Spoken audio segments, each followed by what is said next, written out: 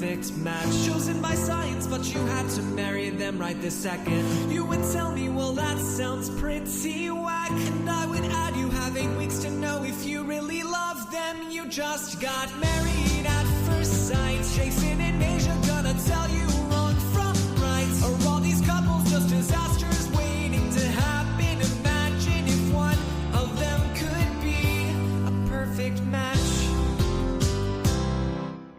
Welcome to A Perfect Match, where today we're here to discuss Married at First Sight, Season 19, Episodes 5 through 7, the second drop in a 5-drop series. I'm one of your hosts, Jason Reed. With me, the one, the only, Aysha Welch. Aysha, how are you? Hey Jason, I'm doing well. Very excited to talk about. Aysha, I'm sorry.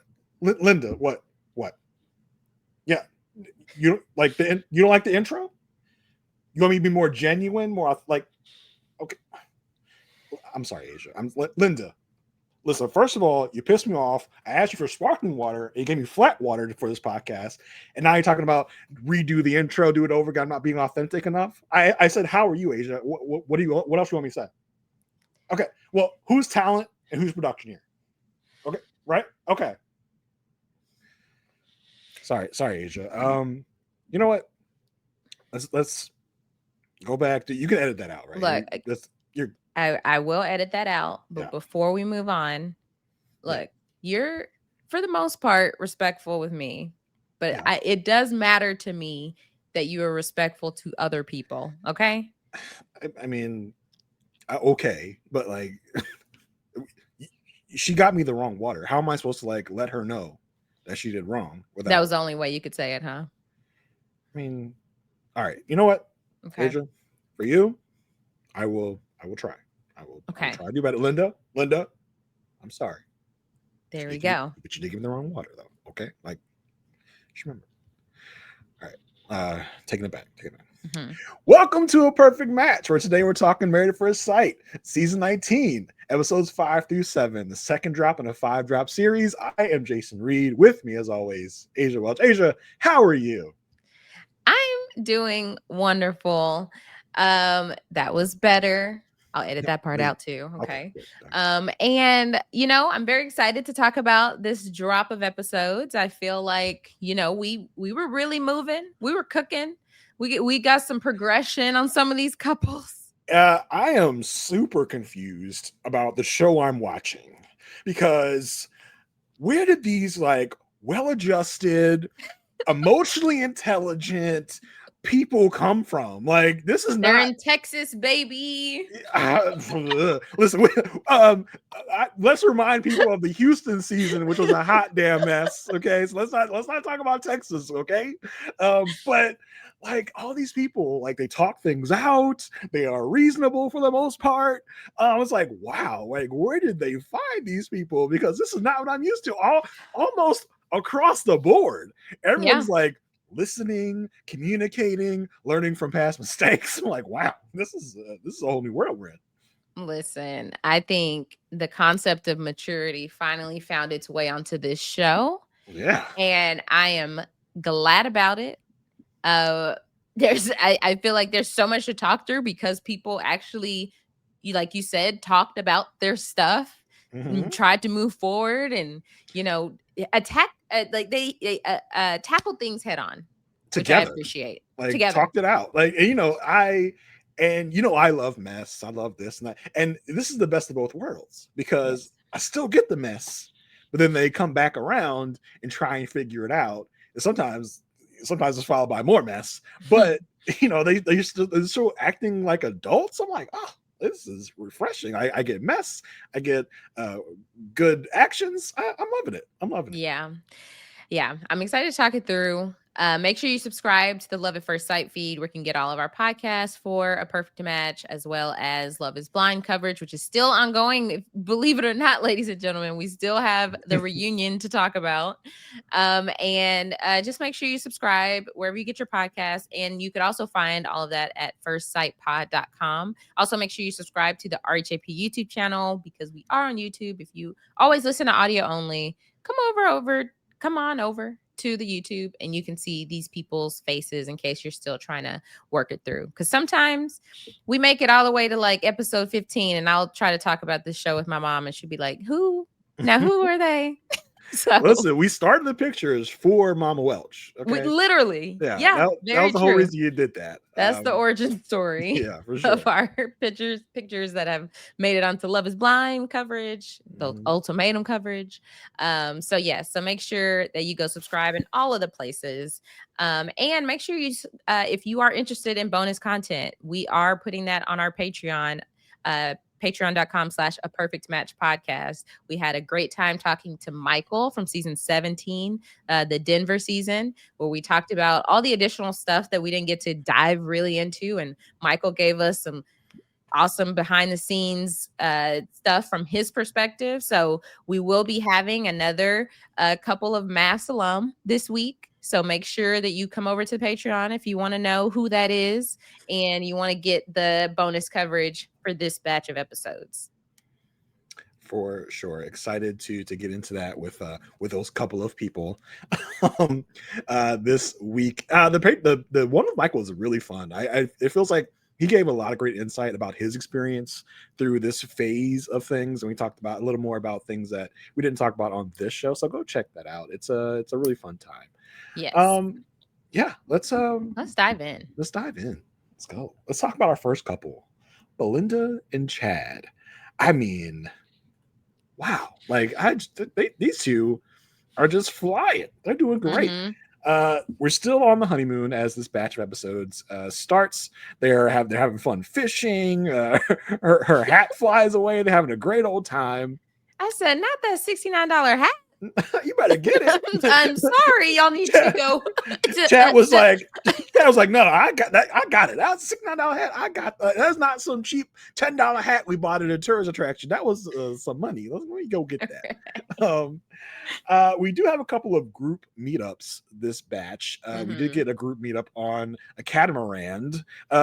I'm not sure what it is about Married at First Sight and catamarans. Every honeymoon we go to, there's a catamaran group meetup. It's the perfect way to get people together out on the water. Yeah, we want to see a bunch of fun people jumping into the water and hanging out on those. I could think of so many conversations that happen on those big nets they have, like in the middle of the boats, like if people are hanging out on the nets. I would imagine it has to be catamaran because it's relatively big. You have to have room for production. That's something that I don't think about naturally, just, watching the couples get together. Like, okay, you got 10 people, but then also add everyone in production. Yeah. Audio. We're like, why are they on a yacht? Yeah. We get one of those group meetups. Everyone kind of talks and mingles through this segment. Belinda and Chad don't have much here. They basically tell us we're not trying to get too deep right now. We're trying to keep it fun and light. When they're alone on the camera, they do talk about the future. He wants to do more adventurous stuff like diving. He's like, yeah, I'm into all that stuff. She's unsure about it, but him talking about it to her really does make her curious to try. And it kind of brings something out in her that she would normally not have. Because it's Chad, she's willing to maybe give it a shot. Look, like mother, like daughter. We were talking last week about how Jalen was so open.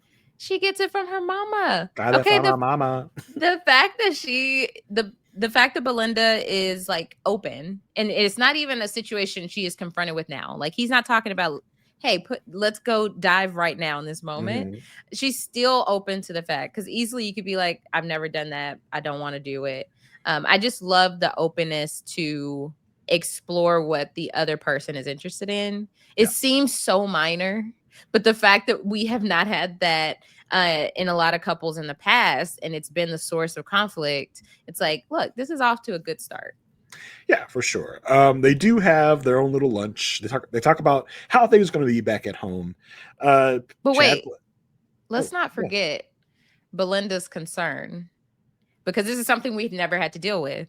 She was concerned about Jalen jumping off the boat, right? Oh yes, she's Yeah, like she my was like, wait a my little second. baby. I have to keep watching her. And Chad's like, she's okay. She's a full grown ass adult. She's But 27. but I'm so nervous over here. Yeah, that is definitely interesting to see. And we also got another like scene where it's just like this wouldn't normally be happening. A group family get together. So Yeah. it does bring a very different dynamic to what we're used Right. to. But yeah, they have lunch on the last day of the honeymoon. They talk about what life's going to be like at home. He's, Pat, Chad, I keep calling him Pat. Chad is like, he wants to be romantic at home. He wants to go do stuff. She's like, yeah. Well, I mean, we can go out, we can have fun, we can do stuff, but also we can just have fun, like staying at home. She does. They see romance a little different. Yes, I think he sees it. He sees it as kind of like we need to go out, have fun, do stuff. And Belinda's focused on affection. She's like, as long as we have affection, we're good to go. Like, I love that. And I thought it was really interesting because, we've heard her and Jalen talk about the fact that in Belinda's past relationship with Jalen's father, there wasn't really a lot of affection. There was like, and so to hear her now, voicing those needs and concerns really kind of shows you what she's looking for that's different. That is a reason probably the relationship didn't work in her first marriage, to see what that brings to her second marriage, to say, this is what I want I didn't have before. Yeah, I think that's a major. I mean, because it'd be one thing to be like, it's all I've ever known is no affection. So that's kind of what I'm comfortable with. But it's like she really learned what she needs. And so I'm glad she's communicating that now, because it could be one of those things where she's like, oh, I appreciate all these nice things you're doing for me, but it's not hitting the same. And so she being upfront about it and not being shy about making that known. I think it's clear to Chad now. Yeah, for sure. And she talks about all the sides of Chad that she's seen. She really likes who he is. He seems like a really giving person, a family man. And she says she can definitely see falling in love with him. They are definitely getting there. She says this, but I don't know if it's Belinda's like just her mannerisms, and maybe because Chad is being so effusive, but it seems like it doesn't seem like she's quite there yet. She's like, this is getting there. Chad feels like it's there. So I think that difference of like where they are is what's making me feel like maybe she's not as into it as Chad is, because he's being so effusive in his love and praise. Right. It's one of those things where it's like, with the way that she is being right now, it seems like she has a wall up. But I don't even know if it's that. I think she's just taking this at an appropriate pace. Yeah, I think she's being cautious. She's acting the most normal I think anyone exactly. could ever act. And everyone's like, whoa, are you okay? Yeah, it's as if you took a random person and married them to a random stranger. That's how you're acting, Belinda. It's like, but that's what happened. Like, I know, but you don't gotta act like that. You see, everybody else is falling in love. Where are you? Get with it. Yeah, she's like, I met him 3 days ago. Exactly. I feel like she's at a very appropriate pace. She sees the potential, and that's even asking a lot for some people, is to see the potential of falling in love. She sees that they could get there, and that's enough at this point. A few days in. And meanwhile, Chad's over here talking about, oh my God, I love how you balance me. I love how you make me feel special. she's just kind of like, it's your Pastor Cal impression. Yeah, it's that growl and that twang. Texan twang. Yeah, I'm getting there. I'm feeling it, y'all. I'm feeling it with Chad. He might be my accent this year. I don't know. And meanwhile, that's another thing I hate about this condensed season. I'm not gonna get dialed on these accents in 5 episodes. Like, I'm not gonna be able to do it. But yeah, like he's talking all this stuff like, you make me feel so special, and she's just like, okay. She's kind of shell shocked that he's being this like open and like about his feelings. Production asks her how she makes him feel. He's like, I'm definitely getting there. I'm definitely getting there with her. And Chad says, oh yeah, this is at the lunch where he's talking. He's like, you make me feel so special, and you make me feel so. He stops. He's trying to find his words, because even in saying this, like, you balance me. Mm-hmm. You make me feel special. It's like spaced out. It's kind of like he's trying to, like, yes, he's being open, but it also feels like he's feeling the silence. Like, okay, I need to do more. I need to say a little bit more. I need to say a little bit more. So he's like trying to come up with these things about how she makes him feel. Also, I wonder if it's kind of like, because he's trying to find the words, and production is trying to prompt him some more. They're like, so Chad, like, how does she make you feel special? Like, we would not normally see this if what happens next doesn't happen. And Chad kind of stops and looks off camera. He's like, I'm getting there. Let us talk and share, okay? Like, he kind of gives us like stare of like, back up off me. Like he might as well have put his hand up and hold, say, hold on, babe. I am in the middle of talking.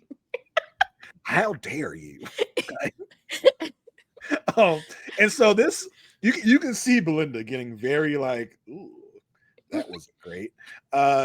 You kind of feel like, ugh. So basically, get up and leave the dinner. The fact what sent me was, and what made me realize his response was a little like, ugh, was the producer apologizing. Yeah. I said, oh shoot. And here's the thing, y'all. We learned. We've been watching the show forever. We just did a rewatch on the Patreon of season 11, one of the best seasons out there, Married at First Sight. Christina on that season, talking back to production. If you talk back to production, they're gonna show it. They're gonna, if you do that, they're gonna show your worst sides. So it's best just to grin and bear it. And it really gave me shades of AJ from season 9. I want to say eight or 9, where he was not feeling the production aspect of this at all. He didn't want to do none of the confessionals. He didn't want to do none of the prompts. He found his woman and he was like, I'm good. F y'all. I got my wife. And that feels kind of like where Chad is right now. He's not really feeling the production side of it. So what? I'm trying to think. When we were talking about we talked pre-show last week because they mentioned 11 couples still together. Did we talk about AJ? Yeah. We said them, AJ and what's her name? Stephanie? Yeah, we did. Okay. Yes. So they kind of get up and leave the dinner. I don't know if this was the plan to leave, or they're just like, you know what, we so like we're done. Let's go. So we get flash forward to their hotel room. They're in bed. It's awkward. She says, I'm so tired. But she says, this is kind of bugging her. She says it's about respect. He treats her with respect. That hasn't been an issue, but it's about other people and how he's addressing them. And he's like, well, I was just trying to voice my frustration. Like, how else am I supposed to do that? He says, I'm used to giving orders, not taking them. He does. He does kind of take accountability. He's like, I'm sorry. I will definitely work on that. And how I address people, I will fix that. So I like that he's like, he's seeing it. He's like, okay, I hear you. I like you a lot. So if I gotta bark at less people to get you to like me more, I think I could do that. Like, he's not necessarily being like, I see the error of my ways. He's like, yes, if that's what you want me to do to keep letting me, he's like, I'll tone it down a little bit. Yeah, just a little bit. I'm looking at you, Linda. Just a little bit, okay? Yeah. So, I think that was a great exchange. I keep liking how Belinda is being upfront and she's voicing concerns. She is telling him upfront, like, hey, that ain't cool with me, bro. You gotta treat people. She didn't let it linger. She said, I'm actually not gonna go to sleep with myself feeling this way, and I'm actually going to address this with you head on. And it's just like, it's proving to be very effective in this relationship because of the 5 couples, they're in the top 2 of least arguments. Yeah, for sure. They haven't had a single one yet. I mean, that was a very odd way to say that, but I was trying to say, like, well, Jalen and Josh, they're in the bottom 2 of how many arguments they've had because they've had the least, but then the top 2 of nicest to each other. Oh, brother. I was gonna say they probably had the least arguments, and I was like, wait, there's Jalen and Josh. So how do we put them? Of the two, That's how when they're in tied for first. Tied for first, Yes. and no arguments. It's like in basketball, they come up with these random stats. This is the youngest player to trip in the second quarter. Oh my God, they do it in football all the time too. Like, this is the first team since 2023 to only score 3 points in 5.8 minutes of game time. Isn't that great, Jim? Like, yeah, it's fantastic. I was thinking about that heading into this quarter. I was wondering if we were going to reach it. Yeah. She does tell him, like, listen, I don't get past things super quick, so let's just sleep on it. He's like, well, if that's what you need, then that's what you need. She says she has been afraid to show up for herself, and she doesn't want him to resent her, and and she doesn't want him to feel like she's not on his side. And he's like, well, it's not about sides. We're both on each other's side. That's what we're here for. There's no sides. You should feel safe here. It's getting more and more Texan as I go on. He says, I need to make sure you're feeling safe. He says, well, that's what I want. And he says, well, that's what you have. It's like, oh, okay. I like, He's like, listen, you got it with me, babe. You don't got to go nowhere. He says, I'm going to screw up sometimes. She says, well, can you try and screw up less? He's like, I thought that was funny. Yeah. They kiss. And he's like, I'll definitely try. So a great ending to what could have been a chaotic evening. It could have been like, hey, I'm still recovering from how he talked to production. Right. But it's like we've seen time and time, like you said, you mentioned AJ. We also see with Christina in season 11. Like there have been couples where, even Brandon, season 10. Look, guys, if you're thinking, why are y'all talking about these random? You think we want to be MAFS historians? This life fell into our laps. Okay, we didn't ask for this. We didn't ask for this. This was thrust upon us. I wish that space in my brain could remember, where I put something. Yeah. But no, it's spent thinking about who had an issue with production. I can't remember where my social security card is, but I know. Don't get me to thinking about where that is. Yeah. Because then I'm me sitting here like, where is it? I'm like, actually, Jason, we need to pause. Yeah, but I can tell you every moment of the Chris and Eric fight from season 12. Okay, that's how my brain is wired. And after that. But like I'm saying, that type of conflict we have seen before can cause a rift within the couple itself. Yes. So I'm so glad that Belinda did not allow that to happen and was like, look, let's address this because they're always interacting with production. It could very well happen again. Yeah, for sure. So we get back to Austin. We left the honeymoon, back to Austin. Listen, these apartments, I don't know if it's like the same like designer every time, but I swear if I didn't know better, they'd be bringing them to like the same location every time because the apartments look exactly the same every season. It's like they come in like, oh my God, it's so nice. Like these look exactly the same. Exact same. Look, it's very likely they could kinetic content could have a partnership with a specific builder that's like, look, every so often we're gonna need a city that has a property of yours. We're gonna need about 15 apartments. Okay, thank you. Like, great, we'll put you in the same this all our properties designed by the same person that it's designed every single apartment. Yeah. The dark wood cabinets, the appliances look all stainless steel. The island, they always have an island. Yep, exactly. The same couch in the same position. Yep. No, you cannot tell me every apartment has an island. So they get to Austin. They're in the new apartment. They talk about, talking about living together. He's not going to bring his pets just yet. She's going to bring her dog, Lovey, who we see throughout this episode, which I'm sure Aysha just melting over. Yeah, I like, don't you know, like our Patreon bonus content is going to be exclusively all the dogs. It's just going to be a slideshow of all the dogs we saw, all the pets we saw in this drop. I screamed when we met Josh's dogs Topo and Chico, because I love Topo Chico. It is the best. They have different flavors. It's very nice sparkling water. It's a mineral water, but They come in like glass bottles. I love Topo Chico. And the fact that he thought to name his dogs Topo and Chico, and then Genius. production edited it to show Chico first and then Topo. You I said, messed it up. You You missed messed it. You missed it. You don't get it, production. You don't get it. No one's cultured over there, that editing bay. Oh man. But yeah, Belinda talks about bringing her dog Lovey. She says she hopes that, you know, Lovey and Chad will get along. She says how someone treats her dog is extremely important to her. I was like, oh, hit Asia's heart right there. Mhm. You know, we get this, we kind of get this topic a couple of different times in this episode. He's like, well, I mean, Lovey's not gonna sleep in the bed, is she? Is it? Is he? Is she?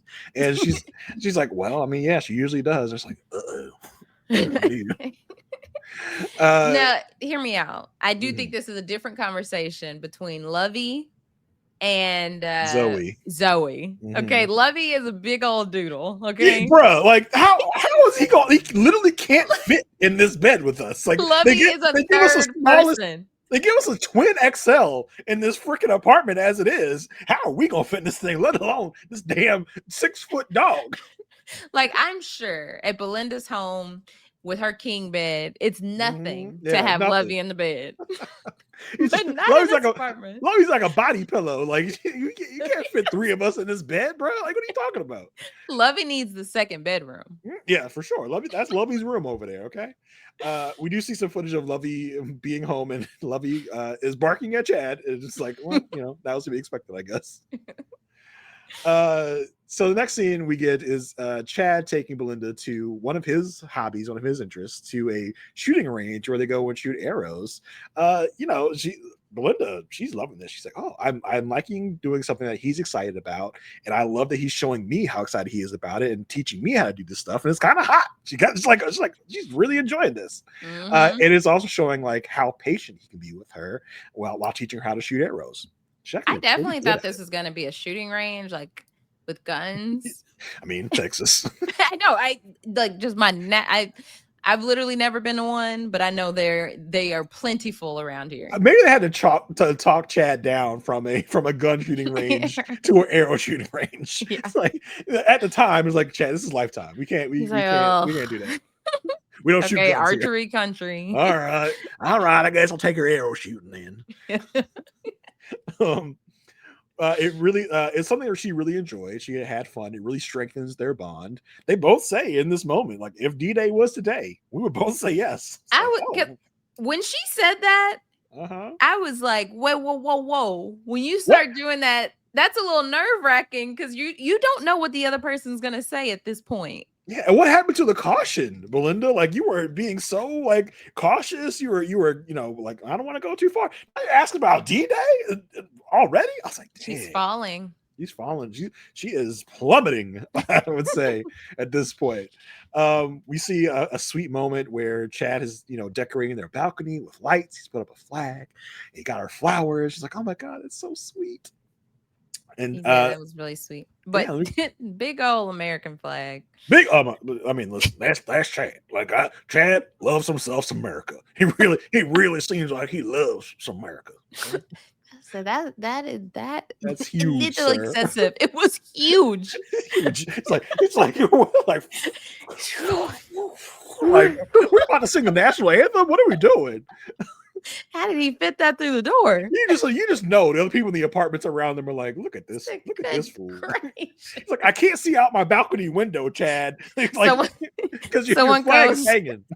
Someone goes to the leasing office. They're like, that big flag y'all hung out like out in the corridor. Is that going to be? They're like, we didn't do that. Sir, we have a flag ordinance in this apartment complex. No flags bigger than 18 feet. Okay. Yes. Surprised you like put a flagpole in the community quad, like, right. And started playing a bugle every morning while he roams it up. We then get a really sweet moment where Chad has decided to do a crab boil for his newfound family. Crawfish. Only reason I have to correct you is it's a really big thing down here. Every March, which lines up, that's like typical, like end of February through March, beginning of April, it's crawfish season. You're gonna see crawfish everywhere, smell it everywhere, where people are like, like when I say smell it everywhere, it's like, okay, if I go to HEB, they have the crawfish boil, like you can buy crawfish by the pound. And it's just a really big like social thing. Like the amount of crawfish boils I've been to is plentiful, and I don't eat crawfish. I'm a picky eater, so like, well, not as picky as you, but I just I've tried it. It wasn't my thing, but people love. It's a very social food. So you like they did it. You just you keep making big tubs of it, and it takes a lot of work to get a little bit of meat. Well, listen, we have crab feasts here in Maryland, which is what I guess why I was getting so confused. I don't go to them because I don't eat seafood like at all. So that's why I was like, crab, crawfish, whatever, same thing. But yeah, he's invited his newfound family. He's got Belinda. He's got Jalen, Josh, Jalen's twin brother Jesse is there. That other brother, I don't know if that other brother like lives out of state or like what's going on, because he don't get invited to nothing. Like he ain't show up. He's like, nah, y'all good. He said, "Is this Jalen's get together or mom's?" This mom's, yeah. Because if it's Jalen's, I'm not going. Yeah, no. Like, yeah, I need to know the family history there. Like, why y'all beefing? Why y'all beefing? Right. Chad teaches them all how to, undo the crawfish and get stuff out. Belinda says she really loves that Chad knows how to cook. She loves how thoughtful he is with doing this for them all, and doing so much work. We get the moment where the boys and the girls got split off and talk. Chad reveals to Josh, he's like, yeah, I told her I love her, but she's holding out. She's not gonna say it yet. So but I did say the L word. Belinda tells Jalen about it, and she said, I didn't return it. She's like, it's a special word, and I'm glad he said it, but I didn't want to say it just because he said it. I wanted him to have his own special moment with it, but I will say I'm getting to the L word. It's like, oh, okay. I appreciate her for not forcing it. Yeah, because it feels like we've had it a couple times where it's like, you said it, so I guess I'm gonna say it, even though I may or may not be feeling it. I'm gonna say it because you said it. Then you got to take it back, and yeah, Well, I meant I have love for you. Yeah, that's what I meant to say. They usually say it on the reunion. Like when I said it, I didn't mean it. So that was their crawfish boil. They had a great time there. We then get the next segment where Jalen's coming over to visit Belinda because, hey, mother-daughter, catch-up time. Great. Chad, we find out that Chad left to go to some event for his daughter, and he's gone for the weekend. He left Belinda a love note on the counter. And Jalen comes in, she's like, oh, look at this. Chad left you a note. Oh my gosh. And Jalen's like, she's so happy to see her mother getting this. And she's never seen her mother have this kind of love before, and she loves that Chad is so loving to her. She gets like choked up emotional about it. Like, I love that you have this in your life because I've never seen you have it. I thought that was a very, very, very sweet moment. Like, she knows the type of love that her mom has longed for, and that note, he didn't have to do that. That was a very sweet thing. And the fact she said, I texted him, I said, make sure you keep doing that. Yeah, heck yeah. Like, don't let that be a one and done, because it was sweet. It was very thoughtful. Like, hey, I just want you to know, like, I'm thinking of you as I want to leave you with something. Yeah. And that's I feel like even outside of affection, which, that's the type of romance she's looking for, I think this is the type of romance she's looking for too. Yeah, 100%. And we have another guys and girls get together. Not much comes out of that for either one. They just kind of talk about how great everything is, and they're doing very well. Chad comes home from that guys get together. He's obviously had a few. He's coming home dancing, like, hey girl. Linda. Hey. He's like, boy, I tell you, you're so beautiful. I love you so much. You make my heart happy. Okay. He keeps saying he loves her. And he looks at her face like, I love you so much. And she goes, I love you too. I can barely hear it. I barely heard it. And he's like, oh, shucks. Like, that makes this the best night ever. And it's just like drunkenly just dancing with her. She's like, he probably won't remember this. Yeah, he won't remember this. Because it probably does feel very awkward the moment he's like staring her in the face, like drunk, like, I love you so much. She's like, I love you too. Okay, cool. So yeah, I mean, that's Chad and Belinda for this week. I mean, boy, Chad, if you're listening, if you're watching, listening, I'm sorry, man. Like I saw you in the preseason. I was like, seems like a gruff older guy. I did not anticipate Chad being this like loving, this affectionate, like, so free with his emotions and how he's feeling. And I love it. I love it for him. I love it for her. They're if this keeps going, like this could be like the start of like a really great love. Start of something new. Yeah. Look, last week you were trying to force me into these ratings. So we rate them on a scale of 1 to 5, 5 being that we think they'll be together by the reunion, 1 being we don't. Then what are you rating them? Last week we gave them both a 3. Or we both gave them a 3. Yes. I gotta give it a 5. I can't listen, it will be what it will be if it plummets. We didn't see any crazy moments for them in the preview, but I do remember a moment in the preseason. It was like him sitting at like a booth or something. Yeah, he's like, you don't care about my feelings, or you don't care about me, or something like that. Yeah. But we didn't see in the preview. I don't know. Right now, it doesn't seem like anything can go wrong. So I'm gonna give it a 5 right now. Yeah, I'm also going to give it a 5. I feel like they are on the right track. They're exactly where you would want people to be at this point. They didn't get an expert visit. Experts came there like, we don't got to tell y'all nothing. Shoot. Y'all good. Shoot, You're so right. It happened, and they just were like, there literally is nothing to show from that. Yeah. That was good. He's like, Pastor Cal, I love her. Okay. See, that was probably the one Dr. Pepper went to. And they were just like, yeah. They're like, no, nothing here happened. Now they're like, now we don't see Dr. Pepper. Yeah. Okay. Dr. Pepper probably was scheduled there and she no-showed. They're like, Dr. Pepper, that's what she does. That's what she does. That's what she do, y'all. All right. The next couple we are talking about is Megan and Josh. I mean, Megan and Derek. You have the pictures. You still got the name wrong. I don't have the names there. You have to put the names on top of their heads? Yes, like I did for Love is Blind. I was like, it's just 5 couples here. We shouldn't need the names. Look at me. Megan and Josh. Okay, so Megan and Derek. That's what we have here. Yeah. So we're coming on the heels of their I guess disagreement where he in Panama says, hey, I feel like sometimes you don't ask me questions. And she's like, I feel ambushed, right? So now after that situation, he's feeling really guilty because he feels like he blindsided her. And so he makes it clear, I just want to make sure we're able to bring up stuff to each other without triggering the other person. Like, I just want to find a way to do that because there could be stuff in the future that he has to say, you know, you don't want to think it's going to pan out like this. So the next morning they're fine. They ended up talking last night and they're good. They're ready to have some fun. Not where I saw that next morning going whatsoever. These people a lot of these people at supersonic speeds get over stuff. It's like, wow, y'all okay now after that? Yeah, like she thinks tomorrow's gonna be better than yesterday, or today's gonna be better than yesterday, and they now see where they came, where the other was coming from, and she's acknowledging that she's not comfortable with uncomfortable conversations, and so she's just trying to become more comfortable with the uncomfortable. So I was like, wow, this is great. So they do have a conversation here about kids and like perception on having kids. He's like, he's really looking forward to being a dad. He wants 2 or 3 kids, right?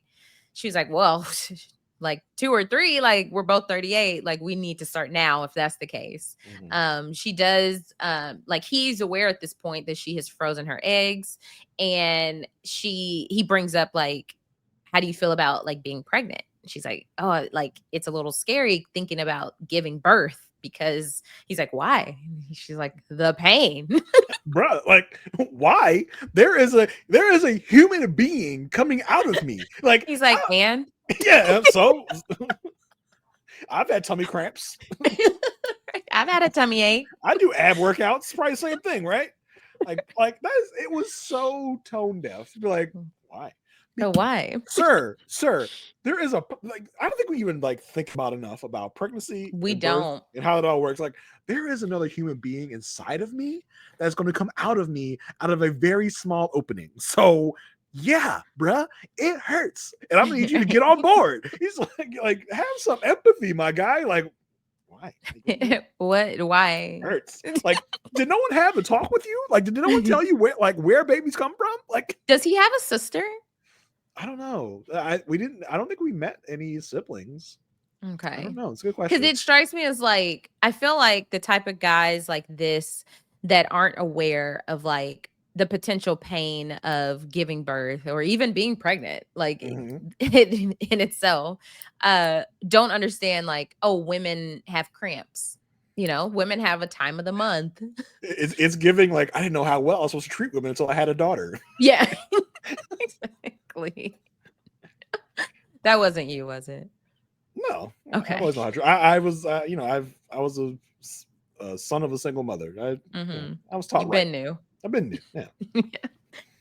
So basically they end this conversation on like, all right, TBD, but it felt like they had really talked about it. It just ended on, oh yeah, like giving birth will be painful. Their conversations always feel like at the end of them, they're like, now the other person sees my way of thinking, and then they find out like, oh no, you didn't see my way. You didn't come over to my side. They're always surprised that it's like, oh, I didn't convince you in that moment. Like, no, you didn't. We just left it dangling. Everybody's like, wow, great. Now she agrees with me. It's like, no. So they did go on this boating out on the catamaran with the other couples. The only thing that they shared was like, they like, things are great. The other night we like accidentally recorded ourselves for 10 minutes, so we had fun listening that back. It's like, well, they're really gonna enjoy watching the show back. That's way more than 10 minutes. They're gonna love all their moments. They're gonna love this. So they're having dinner. She said everybody was litty titty on the boat. She shares with him that she does have a Shih Tzu, and she's been watching her on the camera. Relatable. I'm sure you're like in work meetings and they're like Aysha, like, guys, look at this. Pepper Cinnamon is the cutest, like we are. No, I don't have to show a phone. It's called turning on my camera and like, look at Pepper. Like, okay. No, the amount of work calls that are like, well, let's go on camera real quick just so we can share our animals. Oh, it happens often. So she's sharing that she has a Shih Tzu. She really cares about Zoe. And Zoe potentially will be sleeping in their bed. She's like, well, not even potentially. She's saying Zoe sleeps in the bed. Okay. And he's like, well, like he does have sisters because he said his sister's dog sleeps in their bed. And he's like, so, he's kind of concerned about the sleeping thing because he knows that's situation. Like he knows about dogs sleeping in the bed because his sister's dog sleep in the bed. She says that Zoe, like, she snores every now and again, but like she'll be fine. Then they hear these weird noises in which he said were like a type of monkey. And then he's like, don't worry, I can make that noise later. Oh, I literally wrote in my notes, cringe. Yeah, it went a little longer than you would expect it to. Yeah. They just kept. I was like, I was scared, and I wasn't even there. I was like, right. How close do you think they are to us? Like, are they gonna come beat us up? Like, what's happening? Like, I would have paused in the conversation too. So we are winding down the honeymoon. She's really excited to see Zoe. They've been getting along really well, and they're kind of talking about, okay, life getting back. She's like, look, when we get back, you play your EDM music from 9 a.m. to 3 p.m. when I'm not at home, and then 3 p.m. on is country music. And keep the toilet seat down. Yes. He says in the moment, oh, that's going to be a hard one. Yeah. Is it really hard? No. Again, okay. I grew up with a single mother, and it was like not even it wasn't even a way for me to be like, oh, leave your toilet seat up. That was never a thing for me. Like, you always put it down. Like, it's just I wonder, is there a world out there? Like, are there households out there that center it around the man, where it's like, you better leave that seat up. Yeah. Women, you know to check before you sit down because you know we leave it up in this house. Exactly. Where like the woman finishes and then lets it up. Yeah. Yeah, make sure Daryl doesn't get upset. Right. Somewhere out there, somebody's doing that. Daryl goes to the bathroom. I went to the bathroom. And It was down. It was down. I peed all over the seat. You know you have to leave it up. Think I want to lift it every time? Oh, so we are now moving into this new apartment. He does bring up that he is an all-natural cleaning product guy. Okay. Sometimes he even cleans with just white vinegar. ugh. I'm with Megan on that one. Like I cannot be just in a house just full of vinegar smell for however long. That's what I was thinking. But then Sarah told me, my girlfriend, that it is most likely like, what do you call it? What's the word when it's dilated? Diluted Diluted with water. It doesn't smell as bad. I had pregnancy on the brain. Dilated. Diluted, yes. Let's be clear. You have pregnancy on the brain. You don't have pregnancy brain. We're not making any announcements right now. On the brain because we're talking about let's be clear. Megan and Derek starting rumors. Somebody's gonna try to start a rumor in the comments. So yes, he makes it very clear he's a natural product. She's like, okay, cool. Zoe does come in. She's so cute. She's so little. Such a little Shih Tzu. This is an off-season podcast, maybe a Patreon podcast. Ranking pets. No one beats Luna. Luna was this cute little pug a few seasons ago. Luna was what's her name? Kristen's dog. Yeah. Yes. No one's gonna beat Luna for me. Luna was so cute, and Luna had like storylines made around Luna. Yeah. Cleaning Luna's wrinkles. Yeah. Luna would be just humping pillows in the background of scenes. Luna was the third part of that relationship. Who had a badass dog last season? Oh, it was Alan. He had a badass dog. Oh yes. That was the last thing they needed was pet troubles. That was what drove her to another man. Right. Look, I'm out of here. Yeah. But Zoe was adorable. I was like, oh, she's such a cute little thing. My dogs are 1/3 Shih Tzu. No, they're not. A quarter. Oh. They're a quarter Shih Tzu, 50% Maltese, and a quarter poodle. There you go. That's what we all needed to know. Did you do the 23andMe? For those of you taking notes out there, write that down. Did you do the 23andMe doggy edition? No, actually we didn't. I just know their parents. It was like a name. I know their parents. I know their lineage. Their parents had coffee the other day. They told me where they were from. We have really good rapport. Yeah. Their mom was like half Shih Tzu, half Maltese, and their dad was half poodle, half Maltese. Yeah. Fascinating. So she does tell him, look, Zoe's gonna be in the bed. And she was like, make sure you do not treat her like a stepchild, okay?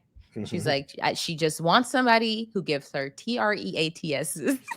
I love that she couldn't say it aloud because Zoe was in earshot and Zoe would freak out if she heard the word treats. No, literally, dogs know so many words, okay? If you say treat, they're like, I know you're talking to me. Okay. When I hear the conflagration of sounds that came out of your mouth to make that, I know I'm about to get something good. Yes. I don't know what those sounds mean, but when I hear those sounds, I get a yummy though. If I say treat, outside, car, walk, they know what to do. They're going crazy right now downstairs because they can hear you. He said, what? You just said all their favorite words. I bust out laughing when she spelled it because I was like, it'd be like that. You got to spell it sometimes. Do you hate Megan so much now? She has a cute dog.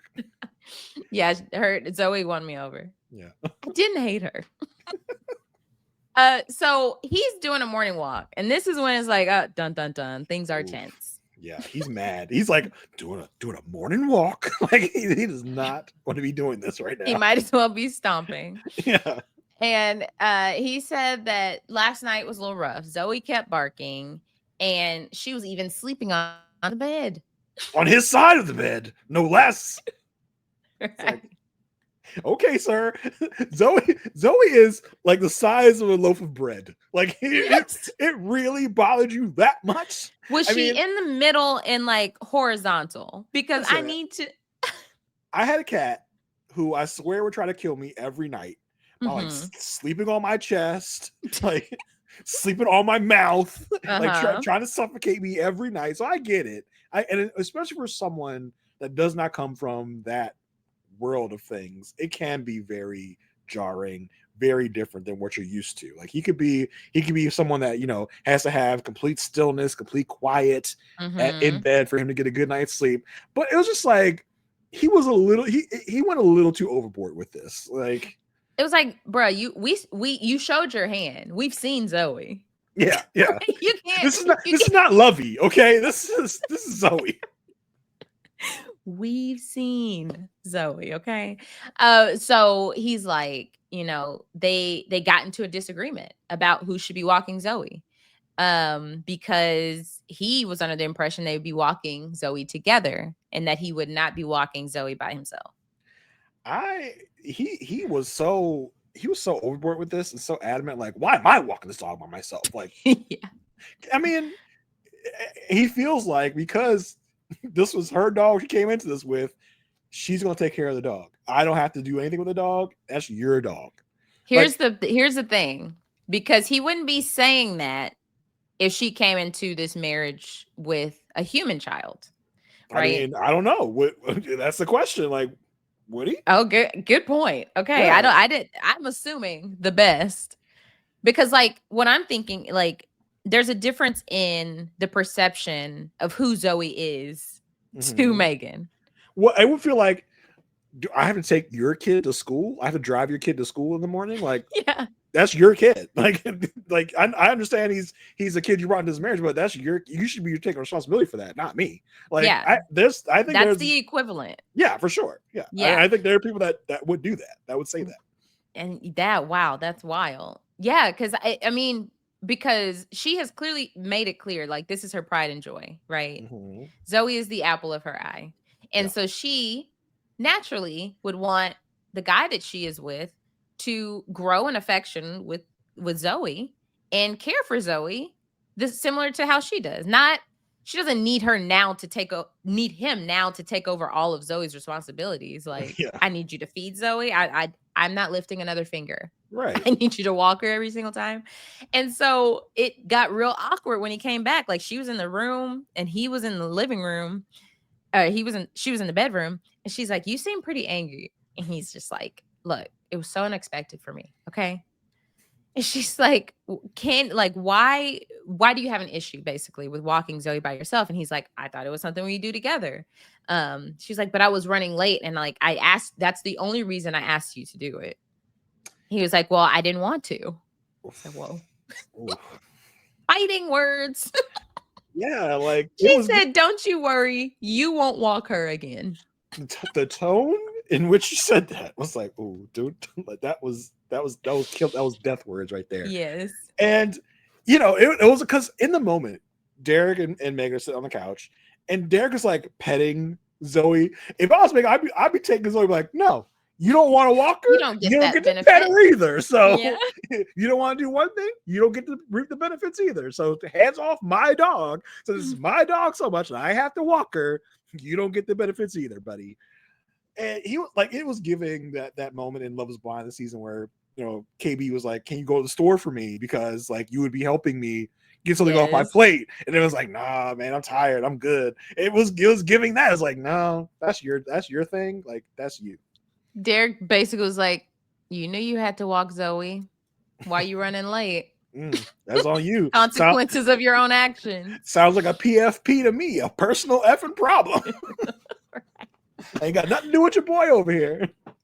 So then he tells her like he's never dated somebody with a pet, and I'm like, that's clear. Clear.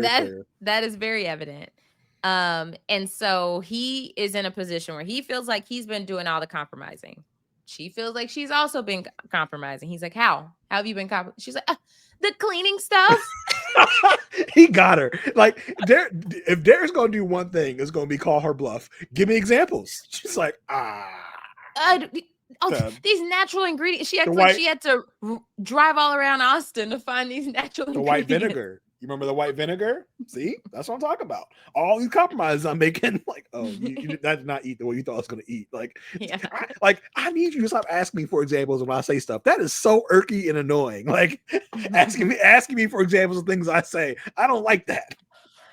Yeah, and even for him to kind of like double down, because she's like, to use the cleaning products, and he's like, to use different products. She's like, ooh. Don't be it. Beep. So it just gets into this disagreement of who's compromising and who's not. And she's at this point now, she's really pissed off. Mm-hmm. And she's like, I'll deal with you not even putting. She like storms out to the bathroom, sees it, and that triggers like, I deal with you not putting the toilet seat down. I love that too, because she was planning on locking herself in the bathroom for hours on end. Yes. Just to get back at him. But she walked in there, she saw that toilet seat up, she's like, another thing. And you leave the toilet seat up. Like, look at this. I love Zoe was like following Meg, and she's like looking back at Derek like, you effed up now, brother. Like you are not like she's like this. Right. And he does the opposite of Will last episode. He follows her to the bathroom and is like, hey, let's talk. Okay. He's like, how do we start over from here? Okay. Like, I see we had different expectations around the dog. And she was like, I need to know when you feel a certain way. Like, if you feel it, say it. So. Yeah. That hasn't worked great. Exactly. He's like, I am. Yeah. And this is what I get. So, right. So Pastor Cal comes and does his visit. Derek has on this sparkly jacket. She has like sparkly shoes, right? Yeah, weird. They're matching. They planned this. He is relieved to see Pastor Cal after all. There's a couple of little tips. Said, I need some help. Right. And let me, interesting. The experts, you gotta think the experts love this new condensed format. Because instead of us going, we haven't seen the experts in 5 or 6 episodes. Where are they? We've seen them every week at this point. You're gonna see them almost every drop. They weren't in the first one, but they're gonna be in everyone from that one because they only show up. They were in episode 1. I mean, technically, yes. They only show up twice a season, and now instead of us saying they only showed up twice in 22 episodes, now they're going to show it twice in a much more condensed format. We saw them in 2 episodes this drop, and they kind of spread them out a little bit. Mm-hmm. So I'm sure the experts like, yes, now people won't be complaining that we're not there because they just saw us and they're only going to see us for a couple weeks because they only got a few weeks to go. So yeah, I'm sure they were like, they love this new format. Mm-hmm. So Pastor Cal brings up the top of the dog, and she's like, yeah, the dog sleeps in the bed with us, so it's a lifestyle change for him. And she's there. Pastor Cal's like, okay, so where's the dog sleeping? You're like, in the bed. Like, where else are you? That's the adjustment. Pastor Cal's like, oh, okay, that's the compromise. And so Pastor Cal's like, how do y'all work in mommy daddy time? They say, oh, that hasn't been an issue.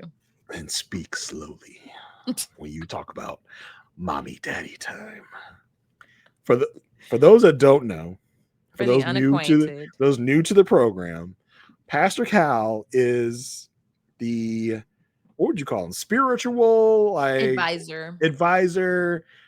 Dr. Pia is the sexpert, is the person that's supposed to ask about the sex stuff. She's the intimacy person. But Pastor Cal loves to ask about sex. He loves to hear about sex. He loves to ask them how much sex they're having. So we've come to a point in our proceedings where every time he starts with the sex stuff, we got to talk to dirty old Pastor Cal. Where he's like, tell me about the mommy daddy time. Speak slowly. Give me examples. Act it out for me. Please do. And it's going to come up many more times in this episode. So yeah, they're not having a problem with that, which is so funny because it's like, oh, but you had a problem when you were trying to sleep with Zoe being there, but mommy daddy time is just fine. Kick that dog around the bed.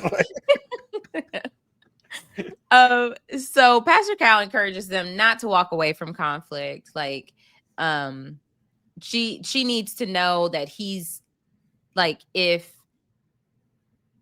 she needs to know that, no, he needs to know that if she's gonna leave, she will be coming back. Yeah. And so that type of like feeling of safety. They tell them that, or they talk about how the honeymoon went well, and Derek brings up that they do need to work on the defense mechanism and having the space to bring things up, which is funny because it's like he's saying it as a we thing, but he very much is trying to say, she gets real defensive when I bring stuff up. She does admit, like, she doesn't like confrontation, and he's kind of like, he's like, next time you're feeling that way, like, say it. Because she says, like, oh, I feel like you can be so aloof with Zoe. And he's like, next time you feel that way, say it. She's like, do you see this harsh tone? I felt that was like out of nowhere. Yeah, I mean, because Pastor Cal notes, he's like, yeah, the tone was okay, but it was just the vibe to it was a little like defensive when he said that. And yeah, she did overreact to it, but he definitely had a tone of like, well, next time I guess I'll say it. They were like, he almost said like gritted teeth. Like, yeah, I guess I'll say it. I hear you, honey. I'll work on that. Yeah. And Pastor Cal said, hey, those were the right words, but you got to be sincere, okay? Yeah. And so then we wrap up the Pastor Cal segment. We see them both take Zoe on a walk. So that's great. He said, like, it's been a learning experience for him. He said he has to learn now that doing things he thought before that were chores before, he's going to have to compromise doing them, which you got to think more than, you can't be thinking walking a dog is a chore. Well, you have a little experience in this, like, semi recently. You and Sarah came into each other's orbit with, you each had pets, but like, you had to deal with a new cat, right? A new cat and new dog. Like, how was that adjusting period for you guys? Well, I will say it has been an adjustment because they still aren't like cohabitating. Okay. It's more like Mowgli runs the upstairs, the dogs run the downstairs, because my two dogs have never been around a cat. I've had them their whole lives and they don't know cats. Their extent of a cat is seeing it outside and like barking aggressively. So now having a cat in the house is like, oh, well, now let me try to see how do I interact with this thing? Because I'm thinking it's a dog, but it's not a dog. And Mowgli's 12. So he's so much older than them. They're 3 and 5. Tilly's 5. You can't be roughhousing because your girls like the roughhouse. They do. Your girls get at it. And Mowgli won't survive a play session with Pepper and Cinnamon. Exactly. So it's definitely been a learning experience, but it's also like I've never scooped litter. Definitely been doing that, making sure all 4 pets are fed. Now that's the thing where it's like, I can see if you get into a situation like, oh, you want me to scoop up the cat's poop?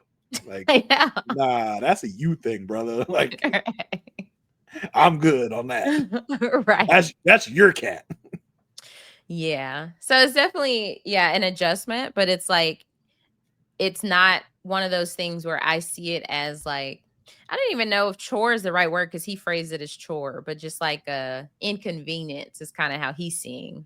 Yeah. I mean, and I'm sure for pet owners that love their pets, it's a trade-off, right? Yeah. Like, yeah, I gotta take care of its excrement, but it gives me tons of love, and it's it's a thing where I have to deal with. It's a part of owning a pet, but that's some unconditional love right there. Like, and then you got to understand they have their quirks. Like, I'm sure she won't appreciate me putting this out there, but Cinnamon has a Cinnamon won't appreciate you putting this out there. I thought you want to say something about Sarah, but no, it's Cinnamon, your dog, that won't appreciate this.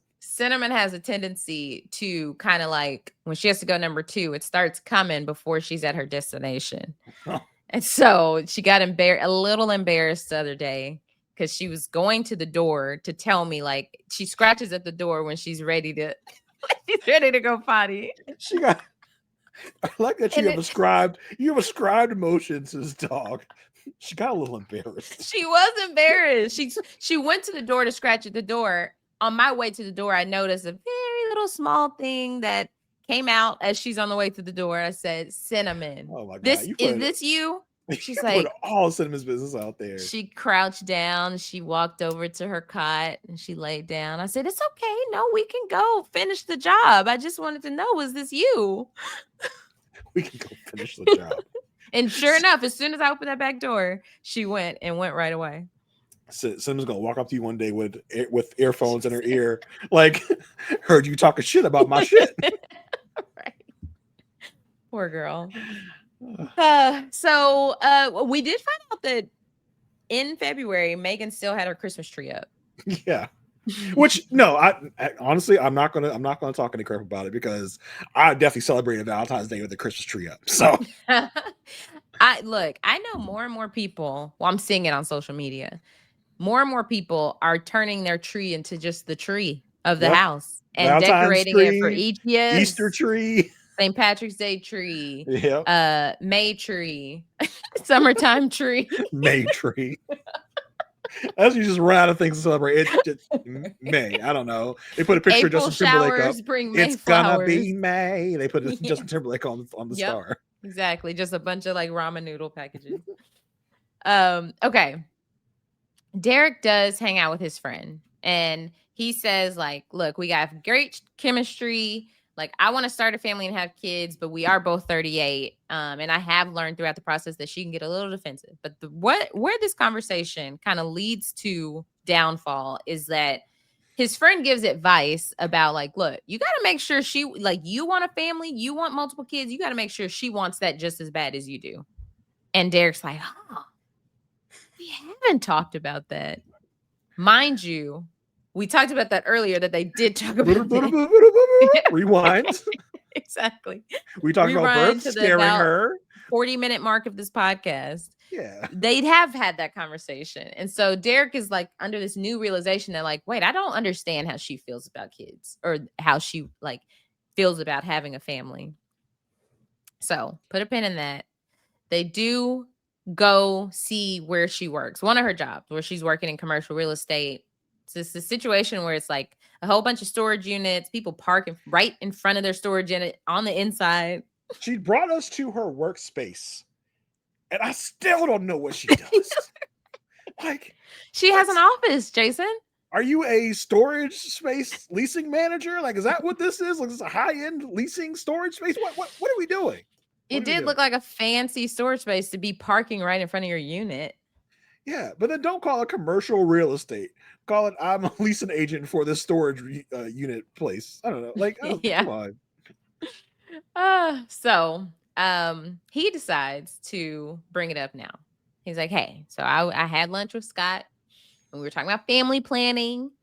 And he asked me about this. So I'm asking you, like, do you want kids? She said, obviously. He's like, but does it excite you? She said, it does. I told you the idea of birth freaks me out. And we get a confessional from her. She said, we have had a lot of sex, unprotected. So mostly unprotected. Yeah. So do we talk about the elephant in the room right now? Like, there was on the preview for this season, at the very end, someone goes, I'm pregnant. We don't see who it is. But I feel like they're dropping like little hints from everyone. And I think at this point, if we went back and watched that, don't we know people's voices by now? Yeah. And I'm thinking it's Megan, because they made sure to leave in. We've had a lot of unprotected sex. In the preview for the next drop, they go, something has really changed our lives and we have to do this. I mean, it's forcing us to change. Yeah. Yeah. They're kind of spelling it out that the pregnant person is Megan. I'm gonna go back and look at that preview, but she feels very blindsided by this because she feels like they already had this conversation and she's getting really heated because, like, they discussed this, and now he's coming at this like they've never once broached this topic. And so he said he feels like she's playing games. She said this isn't a game to her. I feel like she's getting mad for the wrong reason. She's like, why are you acting as if your friend wants to know? Why are you acting like your friend sent you here? Why don't you talk to me about it? Like, he literally is talking to you about it. He just mentioned he was talking to his friend about it. Like, Right. I feel like he didn't say like, hey, Scott has this question, and when you give it to me, I'm gonna report it back to Scott. like he played her a video of like a question. Hey, Scott has a question for you. Like, when are you gonna have kids? So Scott's wondering. So he wanted to send that to you. Like, Scott wants to know. I don't want to know. Yeah, I don't care or want to know. It's Scott who's asking. Like, like Megan, you getting like, I understand you should be mad because y'all did have this conversation, but you're getting mad at the wrong thing. Yeah, she's like, you did. It's very easy in this moment to just kind of like blame the wrong thing because she's just like she's upset. When there really shouldn't be an issue because she's like she froze her eggs, like she does want kids. Yeah, like Derek, what are you not understanding? Right, the issue is him comprehending what she's already told him. He goes, I want 2 or 3. She says, well, we better get started soon. She didn't go, well, I only have to have 1. Like, we're only having 1. She's like, well, we better get started soon. She froze her eggs. Like, she obviously has the desire and the wants. Like, I don't know why he's not getting it. Like, it's like you're not as excited as I am to have kids. Like, I don't know if that's part of it. Like, Scott said you have to be as excited as I am. And it's funny too, because he probably like is so confused because he's like, I literally gave her all of the information. I told her I had this conversation with Scott, and that's what brought me here. She's like, Scott. We're not going to talk about things that Scott wants. Well, what do you tell want? Scott to mind his own damn business. Right. So the guys and all the girls get together in this drop in episode 7. And the main takeaway from this couple is that she shares that they're fine. Everything's great. He was honest. He said, hey, we had some bumps in the road. So when we get back together, she's like, they share that. He's like, oh, I shared. And she's like, I didn't. She's like, there are things I just want to keep between us. And like, you're on television. No one tell her this is being recorded and everyone's gonna see it. She said, what? Because actually, let's go to the room and talk about it. Close the door. And Chris from season 12, she might as well turn on the shower. We hear everything. Like, what did you think you were doing with this? Do you know how mics work? Yeah. Obviously not. Last night still very much hurt her. Like, she's still not over it. And he says it's not fair for her to make him have to make up for something that he didn't start.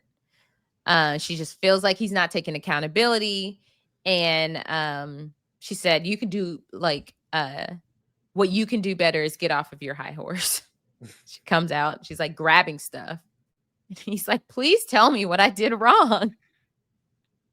I mean, in this moment, what did he do? What is it because he's sharing things? Like, right. This is very confusing. Wrong? Yeah. It is confusing. What are we fighting about right now? Like, I think we lost the plot at some point. Let's take a step back. Yeah. What is this fight? Yeah. I don't think any of them know. Right. You are mad. Why? Because of yesterday. Okay. Cool. Let's talk about that. Oh gosh. So that was it for them this batch. They had some ups and downs, obviously, but it still feels like they have that fight in them. So literally. Yeah, literally. They had a lot of fights in them this drop. Yeah. Last week I gave them a 3. I'm still gonna maintain my 3. Last week you gave them a 2. What are you giving them? See, I don't want to reward them for fighting so much. I'm gonna stay at 2. Okay. I was gonna say, but you could reward them for bouncing back. Like they bounced back and they fell right back down again. And they have the potential to bounce back. They bounce all over the place. And I'm sure by the time we open the next drop, they're gonna be just fine. Yeah, I'm gonna leave it at 2. I mean, the baby, the the possibility of a baby kind of opens things up to be like, we're gonna have to kind of stay together. I don't know. Yeah. So who knows? But yeah, I'll leave it at 2 for now. Okay. Next up. Let's talk about Brittany and Will. We left. They were the big cliffhanger of the last drop where they had an argument. Will was being very like facetious. He was being very like and the rainforest. Well, actually, he was the big well actually guy, pissing Brittany off. Brittany stormed off, went to have some chicken tenders. So we pick back up where we left off. She comes back to the room. She thought, she's in a confession. She's like, I thought, this time would be romantic, but we having all these communication problems. And so they sit down, and he goes, "Does this happen often? Do you just leave without talking?" She apologizes to him for leaving and for offending him. I was like, oh, wow. He tells her, he wasn't offended, but he again insists. He does ask questions. She's like, well, you know what? We'll just agree to disagree at this point because we don't want to get back into this. He goes, well, we don't even need to have the conversation. Have you learned nothing? She wants to have the conversations. Right. She doesn't want you to be so indifferent to everything. And that's just another way of being indifferent. Be like, well, we don't even have to talk about it. Like, no, right. She wants to talk about it. She wants to resolve this. Yeah. And he just kind of he kills the conversation by just kind of going and kissing and hugging her, which I think will solve a lot of Brittany's issues in fights. I think if we just go kiss her and hug her, I think that'll help her out. That'll soothe her a little bit. He says, he knows they won't come to resolutions quickly, but give him some grace and some time. And they agree that, they just want to get some sleep and sleep on it for the night. They then the next day go on an excursion with Rhonda and Pat. They kind of just reiterate what's going on. They I thought this was an interesting pairing. Yeah, I don't think I would have put this pairing together if I had my way. But yeah, it's kind of more of just hey, we're having communication problems. But do you think it was like an early connection, like bachelorette party, like Brittany and Rhonda hit it off, so they're doing this double date, or you just think this is like production organizing this date together? I think it was probably production organizing it. I don't know if there's a whole lot of thought about it, or maybe this is the youngest couple with the oldest couple. Like, is this why they decided to do it? This what Jalen and Josh might be the youngest couple. I don't know. I don't have the ages. Well, because she's 29, Brittany. Yeah, I think Jalen's 27. I think. Oh yeah. Mm-hmm. So that might not be. I don't know. I don't know why they put that. They said anytime Jalen and Josh are paired up, it's with her mom. Okay. Yeah, exactly. So it was like Derek and Megan are bummers. We don't want to put them with anyone. So the only two left are right. Brittany, Will, and Rhonda. Process of elimination is what this was. Yeah. So not much comes out of this. They just kind of talk about their issues and how they're having trouble communicating. We get to the catamaran with the whole group, and they talk about getting to know each other. They've had issues, but they're liking to get to know each other. And they're having fun in this moment, letting loose, and it feels great. They're getting better. Things are healing in this relationship. They're having fun again. They do some sightseeing. You go to Santo Domingo. It's a castle thing. They sit. It seemed like it was like ancient ruins vibes. Yeah, for sure. They sit and talk. They're in a much happier mood. They both just want to be happy, and they need to balance their methods of happiness out to really kind of meet each other in the middle. So far, it's a good day. They both hope this momentum continues. They get all schmoopy doopy at the top of the castle, and the trajectory is going way, way up. And I feel like he's actually trying more. He's showing her that affection that she's looking for. So kudos to Will, really, in this whole drop. For really, I think definitely most improved from first drop to second drop for this whole thing. Yeah, I feel like he's actually showing, like you said, effort. He's showing her that he cares about her, and showing her in the way that she wants to be shown. They're being very physically affectionate and kissing left and right, and it's like he's giving her what she needs to get that reassurance that he's into her, which has been her doubt because of their intimacy issue. But not before we have another intimacy moment. we come in on another scene. We're like, uh-oh, tension. What's going on? That she's sitting up in the, I think she's in the bed or the couch or something. She's obviously not happy.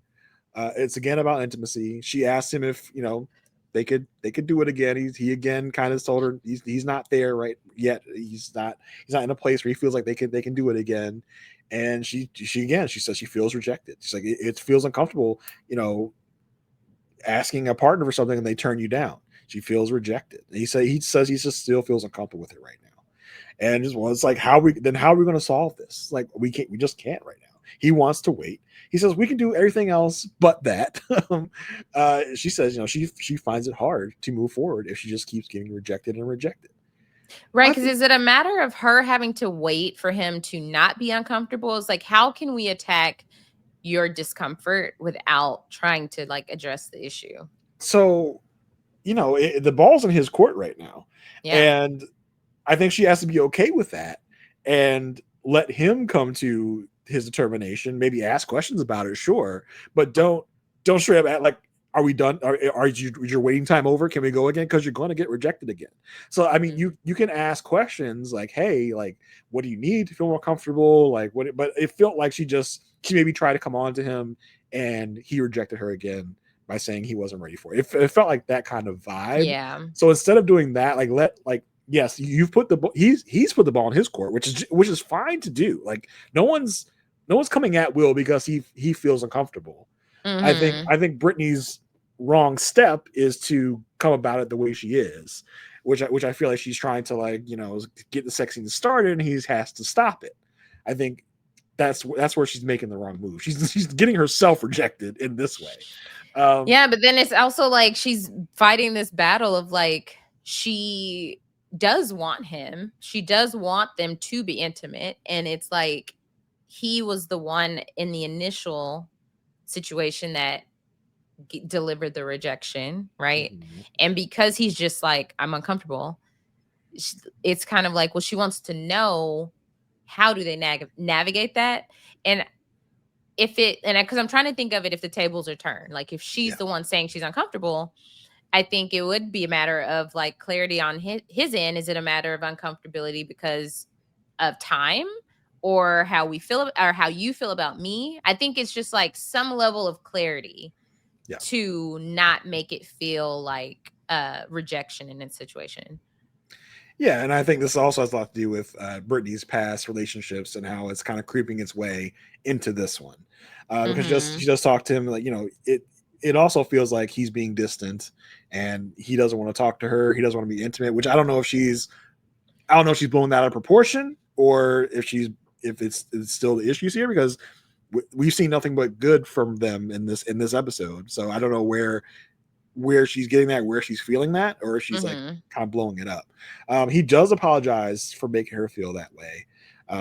She needs a moment. She goes to shower. Oh, he goes to shower.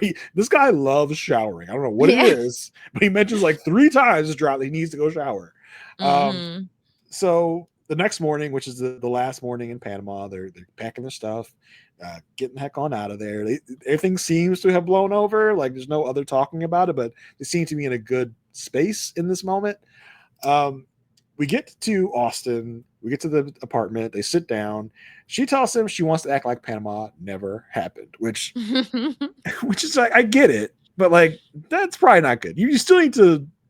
It happened. You need to talk about it. You need to, because this will inform a lot of things going forward. So you can't just forget about it. She does tell us they did talk and clarify more things. We see a flashback of her telling him, I understand you're not rejecting me, but that's what I was hearing in the moment, and hearing him not want to get intimate was tough on her. Which kudos to Will. He assures her that he wants her and he wants this. He uses that verbiage exactly. I want you to know, I want you, and I want this. It's great. That is clear and concise language to say, you're it. I like you. This is not, I'm not fooling around. I'm not using any big fancy words. I'm not being and he's maintaining this eye contact. Yeah, for sure. She does say recently, which I guess is the last 12 hours. I don't know. He's like, he has been so affectionate and complimentary, and she knows that her past relationships have caused her to be more sensitive to these kind of things in these relationships. She brings him to her house. We see a couple different houses in this episode. Yeah. I was worried because I was like, uh-oh. Yeah. we just had an instance last season of where the accomplished, young black woman that has bought her house and has brought her new husband to see her nice house where he may have not have had a nice house. And we saw how Ikechi acted, or how Ikechi acted last season, where he kind of brought her down about her accomplishment. So I was like, oh, is this going to be a repeat? We don't know. Yeah. She does tell us in confessional it's a big deal that she's bringing him here. She's never brought a man to her house before. She's proud of being a young homeowner, and he's the first man to see. I was like, oh man, I think they're setting this up for a fall. I know. And when they walked in and I saw they had that family picture, they were all in Longhorn attire. So I was like, did she go to UT? And then she has she's no going through her media. yearbooks. Well, because if she's 29, we probably wouldn't have been in college at the same time. But she doesn't have any social media that's public, at least. So she is on Instagram. We follow her from the podcast account. What is it called? I mean, we don't got to go through it all here. I'm saying, I mean, other people, like all their, that's something we talked about. I don't know if it was on the Patreon, but everybody's accounts are public. So y'all can go follow them and see what they're up to throughout the season instead of the usual scenario where their accounts are private. Yeah, for sure. But she takes him to the house, and she's bringing a lot of clothes, which he comments on. He's like, "Oh, you really bring a lot of clothes. Like, you're going to wear all this stuff in the time we're going to be here." This gets her feeling a sort of way. I guess she doesn't feel good about him being so flippant about it. She says she feels it wasn't judged. that. I think it was that you don't have any opinion about anything until this moment. Now you have something to say. Like it's when you have a thing that you can judge me on, now you have an opinion you want to voice rather than like you had nothing else to say about anything else I've showed you. I felt like it was going well. Like he was commenting on things. He was like they were looking at stuff throughout the house, but he was not engaged. That was her whole issue. I thought he was engaged. That was the issue she brought up in the expert visit. I guess. So I was like, I felt like she was overreacting in this moment. She's like, because it was on the heels of her already feeling like he wasn't engaged in the home tour. Like she's very excited to show him these things, and he's saying nothing. And then when they get to this moment, now you have things to say because you're critiquing me for the clothes that I'm bringing. But it was so she was already on the defense because it was like, dang, this is not going well. I felt like it was so lighthearted. He's like, you can bring a lot of clothes, and then she's like, she really feels judged about this. She gets emotional about it, and she in confessional, he's confused. He's like, I don't understand why she's upset in this moment. He says, in this moment, he says, she talks about herself being this great communicator, but she's not doing that right now. She's not telling me why she's upset. She's not, we're not talking about it. Like, so what is this? Which I was kind of on his side in this moment. Like, she's shutting down. She's not using her words. I agree with you that when he said it, he was saying it lightheartedly. I'm not saying he was judging her. Like, I'm not saying that how she took it was how he meant it. I think with him, he's not expressive, right? And he says that later. It's like he doesn't express things the way that she expresses them. And so she perceived him not saying anything throughout the home tour is like, dang, okay, he's not interested in this. He's not interested in what I've been spending my time on. And I was very excited to show him. It's like, oh, I have this huge surprise to show you. And we show everybody our care packages from Peacock. And they're like, oh, okay. We're like, we're so excited to show y'all. But then with this, it's like she basically, because she didn't get the response she was looking for and just like his level of intrigue in her home, she was already on the defense. So for him to say anything, she was going to be like on the defense. He could have said, oh, your bread spread's a little small. What? Are you serious? You think you could fit? Like, she would have already been on defense in that moment. So I agree that it was lighthearted on his end, and that's why he is confused, because he wasn't trying to attack her, but it's that disconnect in, like, yes, her expressing that, hey, I do want you to be I do want to know what you think along the way, because otherwise I can only assume the worst is how she's handling it. Yeah, but I think she's known him long enough to know that, like, he's not going to do that. And I think she was expecting him to be like, "Oh my god, this is so impressive," and when he didn't, it was like, "Oh, like, okay, well, like, what are you doing?" And then he says the littlest thing, and she's like, "Oh my god, you're critiquing me about my clothes." It was a little overreacting to me. I was like, "That's a little much," but okay, all right. They get ready for the cow visit. They talk about all her stuff that she brought. It's a sensitive stuff. She's like, not now, not now. Cal comes in. They say, hey, there's been ups and downs, and there's been ups and there's been downs. He's like, okay, tell me about the good parts. They're like, did not think we're gonna ask for examples because we don't. Right. Like, who are you, Derek? Like, ask me about. We went on our honeymoon. So we flew there. Then we were in Panama, and then we flew back home. Now we're back in Austin. That was all really great. Yeah.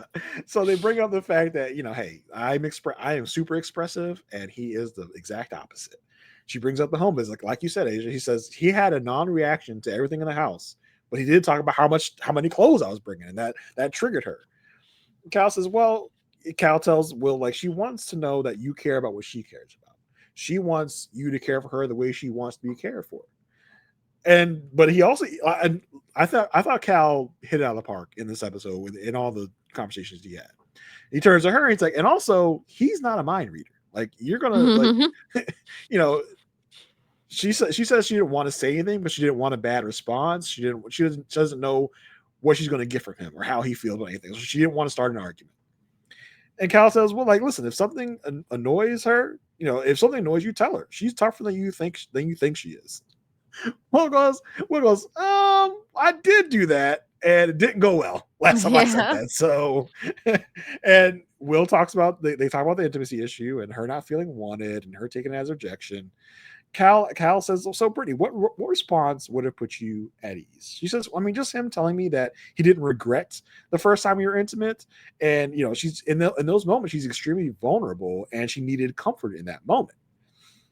Cal puts it out in front. She's like, listen, do you want her? He says, yeah, of course. Cal says, oh, he meant that. You see that passion in his voice. He wants that. Cal says, Cal's Brittany, do you want him? She says she does.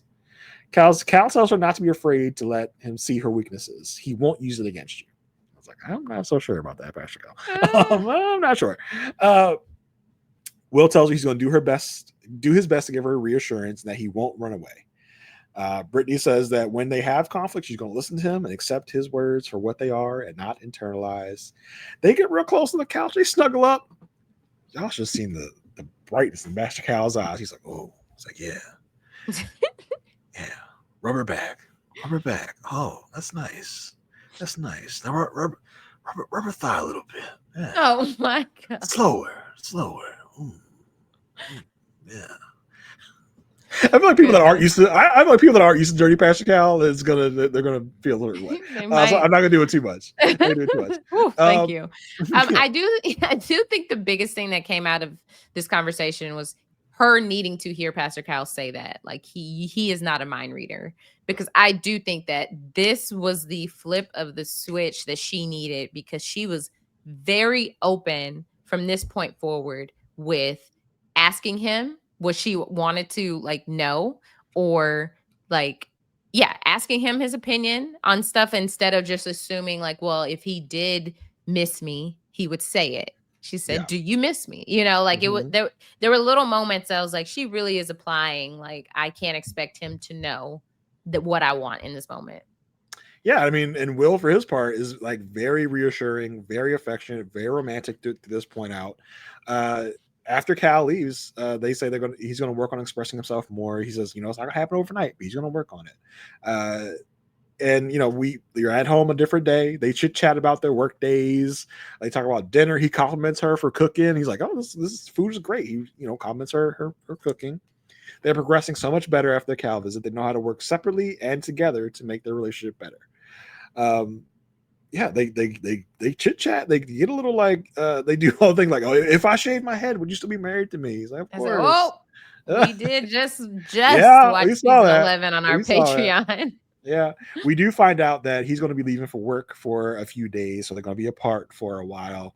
Um, yeah, they get to Which we then get I do wonder how often that is, because usually if you have like a consulting job that travels, it's usually every week. yeah, So I wonder, is this going to be a weekly thing? Because yeah, usually people are like traveling like Monday to Thursday. Um, and so that's going to be a big hit for this limited time, right? You only yeah, have 8 weeks to decide. And if you are just constantly going back to the like, okay, I'm craving like a quality time with you, and then you come back and it's great, and then you leave again and then, oh, I'm missing you again, and then it's great, then they have to stay together, right? Like it's yeah. only going to be positive. You have a limited amount of 8 weeks, and those 8 weeks you're only spending 2 weeks cumulatively together. That's gonna be an issue. Yeah, You're really not gonna have the time to figure out if it's working, so you are gonna have to say right. yes to see if it's gonna work. Yeah. Um, they do chit chat on FaceTime while he's away, and they're being so lovey dovey. In a confessional, she says she's gotten so used to sleeping with him that it's lonely when he's gone. She says their intimacy has gotten so much better. We see surveillance footage of them them in the I said, kitchen. whoa, Yeah, because we don't know what we're gonna see on Peacock yet. yeah, Okay, yeah. we don't know We don't how know. far Peacock is gonna go. We don't know. It's gonna be Skinamax dealing with. We don't know. So yeah, we see them. It looks like they were like doing some pre stuff before they get to the good stuff. So So that's what everything. I'm wondering. Are they now not? I think He's so. now not uncomfortable. I think they've broken through and they're doing it now. Okay. That's my guess. Mm-hmm. He does. I didn't notice we have 38 days left until decision day, which I don't know. Like, That is a very interesting countdown because you were yeah, used to by weeks, yes. but So Peacock has made the now choice to do days. we're almost at a month, right? Yeah, we're Yes, almost I do. almost at a Yeah, month it made it seem like the 1 month anniversaries are going to be like in at the the next front drop. half of the next Yeah. drop. So it's moving. It's moving pretty fast. He does return home. She's watching TV, and for whatever reason, they decided to edit in some other program about somebody getting shit. Because that was not what she was watching on TV. Obviously, they Yeah. obviously added that in after the fact. I was like, what in the world? They cuddle on the couch a little bit. She wants to feed him. He's like, no, I'm good right here. Like, I like being next to you. Like, I can eat later. I want to be near you. I want to hold you. It's like, oh my god, who is this man? Who Like, is where? I'm telling you, that was a man who was able to go away and be like, I kind of miss her. uh, uh, so yeah, they're having a great time. At the guys get together, he tells them, he's still learning her. He's taking appropriate steps to make sure she does not feel insecure. Brittany talks to the girls about their feelings going for each other. She says, she brings up, like, if we were just dating, then I would have just like pieced out at the first sight of problems. But since they're married, she stays. And if she would have left if they were dating, she wouldn't feel these feelings are having now. And I was like, that ding ding ding ding ding, that's the exact like purpose of this experiment and Yeah. of the reasoning why you're getting legally married, because Yes. the emotions and the gravity of that situation of being married kicks in those moments and makes you not want to leave. It makes you want to keep exploring. I was like, that is a That's perfect why summation of why this works, why it works when it works. we see it on Love is Blind. These people walking away because they're not fully committed. Like Yep. they haven't walked down the aisle yet. And so it makes it's easy to walk away. It's hard to stick with it and try to fight through and find a way to make it work. Yeah. So let's give them some ratings. So where are you feeling? We did not rate them last week because we talked about them last week. And so I'm going to rate them. They're looking good. I did not think we'd be here. I thought we would be continuing that downward slope. So I don't know. Am I being a little too optimistic to give them a 4? Maybe not. I don't think so because I'm gonna give them a 4 Okay. too. Okay. I think I would have given them a 2 last Yes. episode with Yes. where we Same. left. If they weren't working on a 1, so Yeah, I was gonna say if not a 1. yeah. So I'm gonna give them a 4, and because it feels so good right now because. Yeah. Like I said, I feel like someone's body snatched this man and replaced him with a more loving, empathetic person. Yeah. So yeah, they're at a good spot right now. So 4 it is. Yeah. All right. Let's talk about our second to last couple, Jalen and Josh. Okay. She's so happy. They're happy. The end. Like they're happy. Dr. Pia tried to put them in their place, and they're like, nope. We're good, Dr. Pia. Not gonna get us. Exactly. When they went on the boat with the other couples, they're just in a good place. They've already said they're in love with each other. She says, I'm not getting in the water. I'm doing just like yet. They haven't said the love word yet because it comes later. No, they said they're falling in love with each other. Yes, falling. Yes. Yes, okay. There's levels, Yes, there's levels to this thing. This bachelor world, bachelorette. There's falling. I love the person you are. Yes. Okay. I love you as a person. And then there's falling in love. Yes. Okay. And then there's I am in love with you. There's also the Belinda level of I can see myself falling in love we're with working you. on it. We're working on it. Yeah. Okay. We need a graph. Yeah, to just like where every couple is. We gotta make one of those thermometers that they use for like fundraising. Yes. Like go from like to love and all the different stages in between. Exactly. So we even get another of course they would do this. She's not jumping in. She put her foot down. She said, I'm doing like Brittany. I'm not getting in that water. He said, what other time would you have to jump in the water in Panama? She said, you're right. Let's get in. Let's go. That was so simple to just be like, look, let me show you this perspective. She's like, you know what? Yes. Let's do it. Let me show you this perspective. Wouldn't it be fun? Right. Okay. Oh my gosh. So she said, look, it's so surreal to be on a boat with her new husband, her mom, her stepdad. She just can't believe he's her husband, and she just has really high hopes. They go on this tour. She's really excited to learn history. And they're kind of like, they're walking around, they sit down, and they're just really enjoying their time together. It's been a great day. They both want the other to be happy.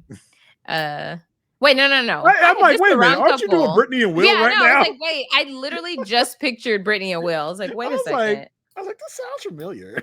I know. I know. How did that get in? How did that sneak in this section? I was like, Jalen and Josh went on a tour. I was like, I know. But I'm gonna go with it. I said, it has been a second since I watched this moment. And then I was like, no. And then when I got to the point like she kisses him at the top of the castle, I said, wait a second. That's also what Brittany and Will did. Yeah. See, because insider to my notes, I just say she and he. Because then I know sections. In that section, I know who I'm talking about. Yep, but same. Look at me now. Learn from your mistakes. Right. So we learn in their actual next scene, we learn that her lease is up in May.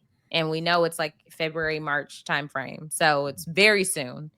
And he's like, well, I couldn't imagine us not moving in together after this. Like, it's gonna be careful, fine. Be careful. Like I keep wanting to say to them, like, be careful. You're going too fast. Relax. They said, don't slow us down.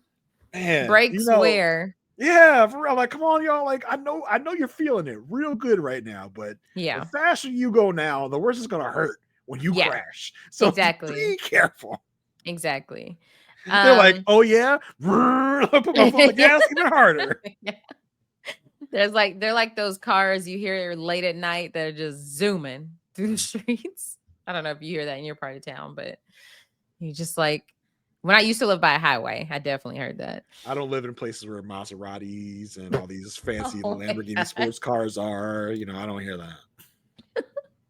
It's their last night in Panama, and these two give us very, they They give us so many shades of Amani and Woody from season 11. They go and take a shower together, and we just get to see their how much they are into each other. That's it. That's it for their honeymoon, right? Yeah, that's they love each other. There was a moment where they were talking about their upbringings and like how like there was talk of college. How he's like I don't think college is absolutely necessary. Talk about her having all the stuff that she could want for Christmas. Well, okay, yes, I do have that. I do have that scene. Yeah, your notes are all over the place. I don't know why. It's very weird. But yeah, they do have this very important conversation about their upbringings, and they had very different upbringings. He did a lot of exploring. She always had activities for her to do. She does acknowledge that she grew up very privileged. Like, as we know, her dad played professional baseball. Mm-hmm. Like, they would have parties where they would hire people to do things at the party. And so she talks about her insecurities for not finishing school or like not finishing college, because she realized like she wanted to pursue what she wanted to pursue. She didn't need to finish. And he's like, well, he didn't go to school, and he really didn't think that was a deciding factor in his success. And she does acknowledge that, like, yeah, like you are pretty successful. But they said from like a kid standpoint, they do want to encourage their kids to go to school unless they have like passions that, they don't have to. They talk about also growing up, how their parents, like, she never saw her parents show affection, and she really wants their kids to be like, mommy and daddy love each other, and see how affectionate they are. Do you think her parents, Belinda and Jesse Sr., are you watching this moment like, all right, we get it. Like we didn't show. Say that one more time. We didn't kiss in front of you. We get it. We get it. We're so like, we still hold hands sometimes. Yeah. Like were we really that bad? Like, damn. Like, I mean, right. let's think about poor Brittany's parents who are still together, and Brittany are like, I don't want their marriage. They don't love each other at all. Right. Like, what do you mean? So he does say he grew up like in a family that was very loving. They wanted to kiss him on the lips. Yeah, that was weird. Like, she was like, oh, really? I was like, why they include that? There are definitely families out there that be kissing on the lips, and different strokes for different folks. For sure. That was not me and my mother, I'll tell you that. Right. And so this is the morning of leaving in Panama, and they're really looking forward to getting back home. They've moved into their apartment, and she's like, just a warning, I watch a lot of TV. Okay. I wonder if she watched Married at First Sight before applying. Like, was Married at First Sight one of the shows on her list? It's a good question. She did say in her intro package last drop that she gets all of her relationship examples from rom-coms and reality TV. So I wouldn't doubt it. Right. And so it's funny because they're on the couch, like, just trying to figure out their best cuddling position. Like, how are we gonna watch TV together? Oh yeah, me and my wife, we got ours down. Like, there's no situating, there's no adjusting. It's like, boom, we fall right into it. Wow. Got that those dents in the couch that fit us perfectly. Right. We in it. That's impressive. So it's their first morning waking up together. We learned last night he said, I love you. He has fallen in love with her, and she said it back. Aww. Cute. We get a very exciting scene of her going to be an instructor at Cycle Bar. She said it's bring her husband to work day. And she says it's very important to her that he likes it. And he is fully engaged in the class. He does a great job. He's drenched. Like, you can see his shirt. Yeah. He could probably wring it out. I'm sure it kicked his ass for sure. He was feeling it. Yeah, those cycling classes are no joke. I've been to Cycle Bar in Houston, and no joke. Just, it's like 45 minutes of just cardio. You said it so enthusiastically. Cardio. And so he really enjoyed like seeing her in her element. She's like, this is her passion. This is her retirement plan. So she really enjoys doing this. And so we go visit his place at one point. One of his dogs is in a diaper. So he's teaching her how the diaper works. I guess maybe like either it's an older dog that like has a potty training issue. We get a date so short that it's one of those passing in the night scenes. They went to a skating rink and that couldn't make the cut. But you know that in old era MAFS at this point, aka last season, this would have been a 15-minute scene where we would have said the same things we've been saying over again. So that's where, and there were a lot of other moments in like they montage a lot of moments where like this was a whole ass scene that they had to shorten into 2 minutes of not everyday even work. Yeah, not even 2 minutes. Yeah, it was like phew. Yeah. If you said, let me get up and go get something to eat real quick, let me go grab a bag of chips and go sit down, you missed that. Yeah, you missed it. You did not see that they had a skating rink date. You missed them roller skating. I was like, oh, is that Edmund? Oh, is that Edmund? And the rollerblades. In the distance, he was going backwards. Hey. So without KB. Right, exactly. It's time for them to meet with Dr. Pia. We do meet Topo and Chico, his dogs. And I'm just like, I love the names. Props to Josh for this. I love they were like, look, we gotta make sure the dogs wear their bandanas because the expert gave us this bandana. Dr. Pia comes in, she's like, oh, what are those? Those experts think you those bandanas. They ain't know those bandanas were even existing. Exactly. And so they talk about how the chemistry is naturally progressing. Dr. Pia is like, look, y'all are so agreeable. We're switching things up. We're having an activity. Stand up. We gonna get y'all fighting today. Whoa! What kind of expert visit is this? So she has them stand back to back. It's time to instigate. Let's do this damn thing. Exactly.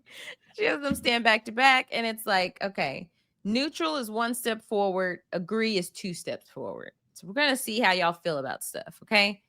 Did you have a positive view of your family? She took 2 steps. He took 1 step. He said, like, there's a lot of things in his family that he's learned that he wants to do differently. Sharing passwords with your spouse. Are you willing to share passwords? They both agree. She says she don't follow her exes. He says he does follow an ex. She still follows him. But now, like in this conversation, he's realizing he will cease communication, meaning he will unfollow her. And Dr. Pia, and he says that because I was thinking that I was like, does he mean he's going to unfollow her? Just not message her. But he was like, yeah, I'm going to unfollow her. And Dr. P is like, oh, so you picked up on her discomfort. He's like, yeah. Like, way to pivot, way to shift things. Be like, hey, I assessed the situation. I could see she probably would be uncomfortable with that. So I don't need to jeopardize this. Yeah, for an ex, like, no, I should have done this before I even got married. Yeah, he said, you know what? I've been meaning to unfollow her. This gave me the push I needed. And then the last one was, I am comfortable talking about money with my spouse. They both agree, and they bring up the post-nuptial. And he was like, look, I had treated this like a vehicle with no brakes. Okay. Like I knew coming into this, I did not know the person. And she's like, look, my mom raised me to be overly independent. Like her past made me be overly independent because I saw what the position she was in when she had to go back to work. And I don't want to be in a position where I'm a stay-at-home mom. And then it would remind her of what her mom had to do. Yeah, and kind of reacclimate into the working world. Yeah, we did get a scene with them with Jalen and Melinda talking about at the crawfish boil, and Melinda was sharing her concerns of like, hey, I don't want you to be in the same situation I was in because when I divorced your father and had to go back out into the working world, I had no experience, I had no resume because I was a stay-at-home mom the whole time. So she wants her to really like think about this posting up thing, and it seemed like that really kind of struck a chord with Jalen to be like, yeah, let me actually think about this, because she was real quick when he brought it up in the last round to be like, oh, that's fine, we're good. But she's like, actually, let me make sure I'm protected here. Exactly. And she basically says like, I'm not in a position where I don't want it to be like, oh, I need your money. And she's basically expressing like she is about her career. It matters to her, and it matters to her that she establishes herself in her own right. And he said, you know what? I actually don't need to move forward with the post-nup. I said, wait. Dr. P is like, what the hell, man? Like that. This is not what we were trying to do here. We're trying to get some conflict. Not the activity. Trying to get some conflict going, and y'all just super agreeing at this point. Damn. Dr. P even said, what about your business partner? Would he be mad? He said, I'll have a conversation with him. No, I think he had already had the conversation. He was like, no, he says, if I'm good with it, then it's fine. Which to me was he said, I will have the conversation. If he's fine with it, then it's fine. Oh, I thought you already had it. Yeah, that was Dr. P was like, these motherfuckers. I know. That went so well. And I was like, and it was similar to what you said last episode, was like you were putting it on him for the post-nup. Yeah. He was admittedly saying here that, he had decided that because he didn't know his spouse, but now that he knows her, he's like, I don't need to post-nup with you. Yeah. Again, we're together for life. He is just down on that throttle, like pedal to the metal, this breakneck speed. I'm surprised he didn't pull it out and say, rip the paper. Yeah. Exactly. And blow it in Pia's face like, take this for conflict. She left huffing and puffing that day, I'm sure. Like, they're like, we're gonna send Pia in. That'll get him fighting. Right. Absolutely not. And so for them, I'm definitely giving them a 5. Yeah, a 5. So let's talk about our last couple. We have Pat and Rhonda. Their first real scene is that the excursion they did with Brittany and Will. Rhonda talks to Brittany about Pat. She's like, his last relationship ended 6 months ago. It was a 3-year relationship, so it's really giving her pause, and she's wondering if he was ready for this, getting out of relationships so early, like such a short time ago. She says she's not judging, she's just really curious if he's ready for this or just filling a gap after a breakup. Pat talks to Will about their issues. He says it's going to require work. And Rhonda says Pat is pretty sensitive. His last marriage really messed him up, and he gets really defensive and insecure, and she doesn't want that in a man. Hey, that tone of everything you just said and then that last 10 seconds was harsh. That was her venting and I feel like this is not going to make the cut, but I'm just venting to you, or I'm forgetting that I am mic'd up right now, and I'm giving you my honest opinion on him. I do not want that. Like, I do not want no insecure, sensitive little man. Yeah, the Catamaran, they just are kind of there saying they're working out their issues with everyone around. They're just saying, oh, we're good. We're just working through things. They go to a cocktail tasting / making. They talk about the conversation the other night. She assures him she was not trying to criticize him for his choices. She was just feeling vulnerable in the moment and was wondering if he was really ready, or was he just rushing, trying not to be alone. It really made her kind of put her guard up. He talks about her reaction. He says, her eyes glazed over when he told her about this relationship that just recently ended. She points out she's been single a lot longer than he has, like decades at this point. He did tell her he felt judged in the moment. He felt small. She says, well, it wasn't about her and her need to protect herself, because he's not been in this like she has. That's what she was kind of feeling. Is he not in this like I am? Like, because he was just in a relationship and she's been looking for this for a while.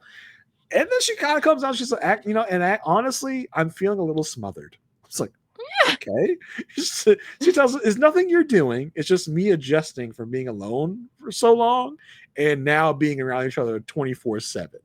And we'll need to talk about that when we get home. Basically, like we're gonna have to do some separate activities for a minute, right? We're gonna have to figure out, maybe if Dr. Pepper could be our expert, so we can get tips on how how to live separately. Apart. Yeah, because it was given you're a little too much for me right now, and it's really pissing me off, and I wish I could just have a minute alone. It's that was interesting. With that conversation they had, he didn't give her time to process, and because he felt so insecure, and he was really in her face about it, and talking to her about it. She does give him reassurance. She's like, listen, I know this is going to work. I believe in us. This seems to make him happier. They kiss. It's like, okay, we're kind of ending this on the right note. I love the reassurance that we're getting from people in using their words, right? A lot of people think their actions are reassurance enough, but the fact that it's not just the fact that you're here doing this, it's you're saying that you want this to work and you want to be happy. Yeah. I was like, good, very good, very good. Their last nights in confessionals, she's nervous to move in. It's been so long since she's with a significant other, but she wants to be open, and it's a huge shift for her. 25 years. 25 years. That's 1999. 1999. Listen, it's got to be a huge like mind f to be like just you and your life, you're independent, and having to think about someone else. It's like, it's a lot. Like I get it. She's being very like, and we'll get into this later. She's being very like direct about it. It's like I'm not sure we could be all like lovey-dovey in all of each other's spaces like this. Right. So they're both kind of nervous about living together once they get back to Austin. Back in Austin, we see their apartment. She brings the dogs, her dog, dogs or dog. How many dogs does she have? I think she has 2 dogs. I think she has 2. We didn't really meet them as much as we met. Desi and Lucy.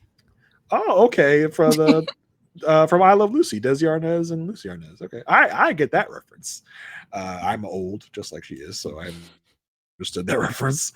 I get it. And so yeah, I wasn't sure that was a reference because does he go by Desmond on the show? No, his real name is Desi Arnaz. Oh, in real life. Yeah, they were married in real life. Oh, it was a whole thing. So she again brings up the fact that she hasn't shared space with a significant other in over 20 years. It's going to be a lot to adjust to. Like, okay, we get it. We see her house. She talks about the fact she moved in 22 years ago. Before she even bought the house, she was obsessed with it. So when it came on the market, she had to buy it. She shows her around. It's a very Rhonda house, right? It's a very like decorated in these interesting ways, and she kind of shows him around, and she has like a closet with all her clothes in it, just overfilled. And he voices like, I wonder how like any of my things would fit in here, right? And she's like, well, funny you should mention that. She does say, I'm kind of concerned about cohabitating, but we'll talk about it later. Which with every person, where every guy wants to hear, like, hey, we have a problem, but we'll talk about it later.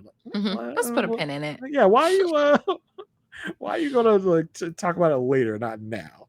I did write in my notes, is she gonna pull a Dr. Pepper? Like, let's live apart. Why don't we? Yeah. They're getting ready for their visit. I wrote in my notes, getting ready for a Cal visit, because at this point, Cal had been to everyone else. Yeah. And then they opened the door. It's P. I was like, oh, okay. Yeah. We're switching it up a little bit. Did make me wonder if Chad and Belinda got a Dr. Pepper visit, and either it was uneventful or Dr. Pepper was a no-show, because for those of you that don't know, that are new to Married at First Sight, it's a little known. So the worst kept secret that Dr. Pepper's not like doesn't seem as into it as she once was. She's been an expert since season 1. Okay, yeah. So 19 seasons later, she runs the place. Okay, she comes when she wants. Yeah, for sure. But they get a Dr. Pia visit. She asks how it's been going. Well, before they do, it's a very important conversation, because they're sitting there talking casually, and she's like, "Oh, so he was saying how he wanted to go on a bike ride." And she's like, "Oh, have you heard about the trail riders? Like, they meet on Saturdays." He's like, "Oh, well, Joel told me like there's a group that meets on Sundays, and like I could find out about it." But anyways, see now, the way you're taking that is the way Rhonda took it. I took it as a very like, oh yeah. No, I'm not. I didn't take it the way she took it. It was. She had some defense about it. Yeah, I the way you were saying it was like he kind of blew her off about it, which I think is what she was getting. No, when he said anyways, he was trying to move on from the conversation. Yeah, but I think he was just like, oh yeah, I've been told about some group. I'm not sure if it was the group or not, but yeah. I'll check it out. And so you could tell but then it shifted, because she's like, oh, well, I was just sharing a suggestion. That caught me off guard, because I was like, whoa. Yeah, why are you being defensive right now? What's going on? So yeah, that was like, oh, we're gonna get into this right now. So Pia shows up, asks how it's been. They say, hey, you guys did a great job with the match, but you definitely had some challenges. Rhonda says she's grateful to be with a guy that is open to listening and doing the work. And Pat has said, hey, she told me that she has some issues. I've been trying to be intentional. Even when I visited her house, I was making sure not to interrupt. I was making sure I was listening. And Rhonda goes, well, actually, since you brought that up, let's talk about an issue we just had a second ago. I felt like I was telling you about this bike thing, and you didn't ask me any questions about it. You made it seem like you had all the information already, and you didn't need anything from me. And I think Pat in this moment was like, wait, I did something wrong again? Like, what do you mean? I didn't even know. Yeah, she's like, it's like you're saying that you know more than me. You're proving that you know more than me. I was like, because I think it's for her in that moment, it was like she wanted, like, this is his interest. Like, biking is his interest. And she wanted him to be kind of like impressed with her knowing information about it. But he didn't inquire anything. He was just kind of like, oh, okay, you know that. And I'm comparing with information that I know. It's interesting that, Rhonda and Pat and Brittany and Will were paired together, because it's almost like the same issue Brittany's having of like, you didn't like validate me with saying that this was a good idea, or this was like, you didn't say, oh yeah, that's great. I'll ask me more about it. He was just like, oh yeah, okay, I'll check it out. Like, I'll talk to my other biking friends about it. And so she felt like she was not heard in that moment. It's like she's putting a hand up to him and saying enough, which I was like, you read a lot into this like very nonchalant moment. Yeah. It's the thing that when you're already feeling that way, everything is adding to how you're feeling. And so she already feels like he's not interested, or not even not interested in her, but she feels like he's not interested or like curious about her, or like in a way to ask more questions. And so this was another moment of just like, well, he didn't even wonder why I knew that. I was like, how many questions? Like, I feel like Pat's trying to have just normal conversation, and it's just not good enough for her. It's like, I was a little frustrated in this moment, because it's like, what more? Like, he has to be on his P's and Q's all the time. And Pat's like, well, I'm just trying to be open to what you're saying. Pia's like, whoa. Pia pulls around. She's like, hey, I'm gonna stop you right here. You're giving a political response. And Ron's like, yep, get him, Pia, get him. No, she might as well got up and gave her a high five. Yeah, for sure. Got him. She was so happy that she like, she interpreted that as like, oh, she on my side. Yeah. And so she's like, Pia's kind of like, okay, give us the real, like, how are you really feeling? Pat as well, she's very direct, and he's just not used to someone being so direct. Pia says, well, you have to make sure that you're coming to her with your concerns. Like, it feels like you don't know what a safe space looks like. And I was like, oh, I didn't even like connect those dots, Pia. Okay, put that degree to work, girl. He says, he's getting strong reactions from Rhonda, and he doesn't really like it. It feels like she's being too critical. And she feels away. She like takes her hand away from him. She has a frown on her face, and he feels it. Like, he feels her getting defensive. And she's like, how can I ever fix anything if you won't tell me what's happening? He says he needs to say it in the moment. Pia points out that, well, the reason why he's not saying things to you, Rhonda, in the moment is because of this. Like, you're getting defensive when he's being open with you.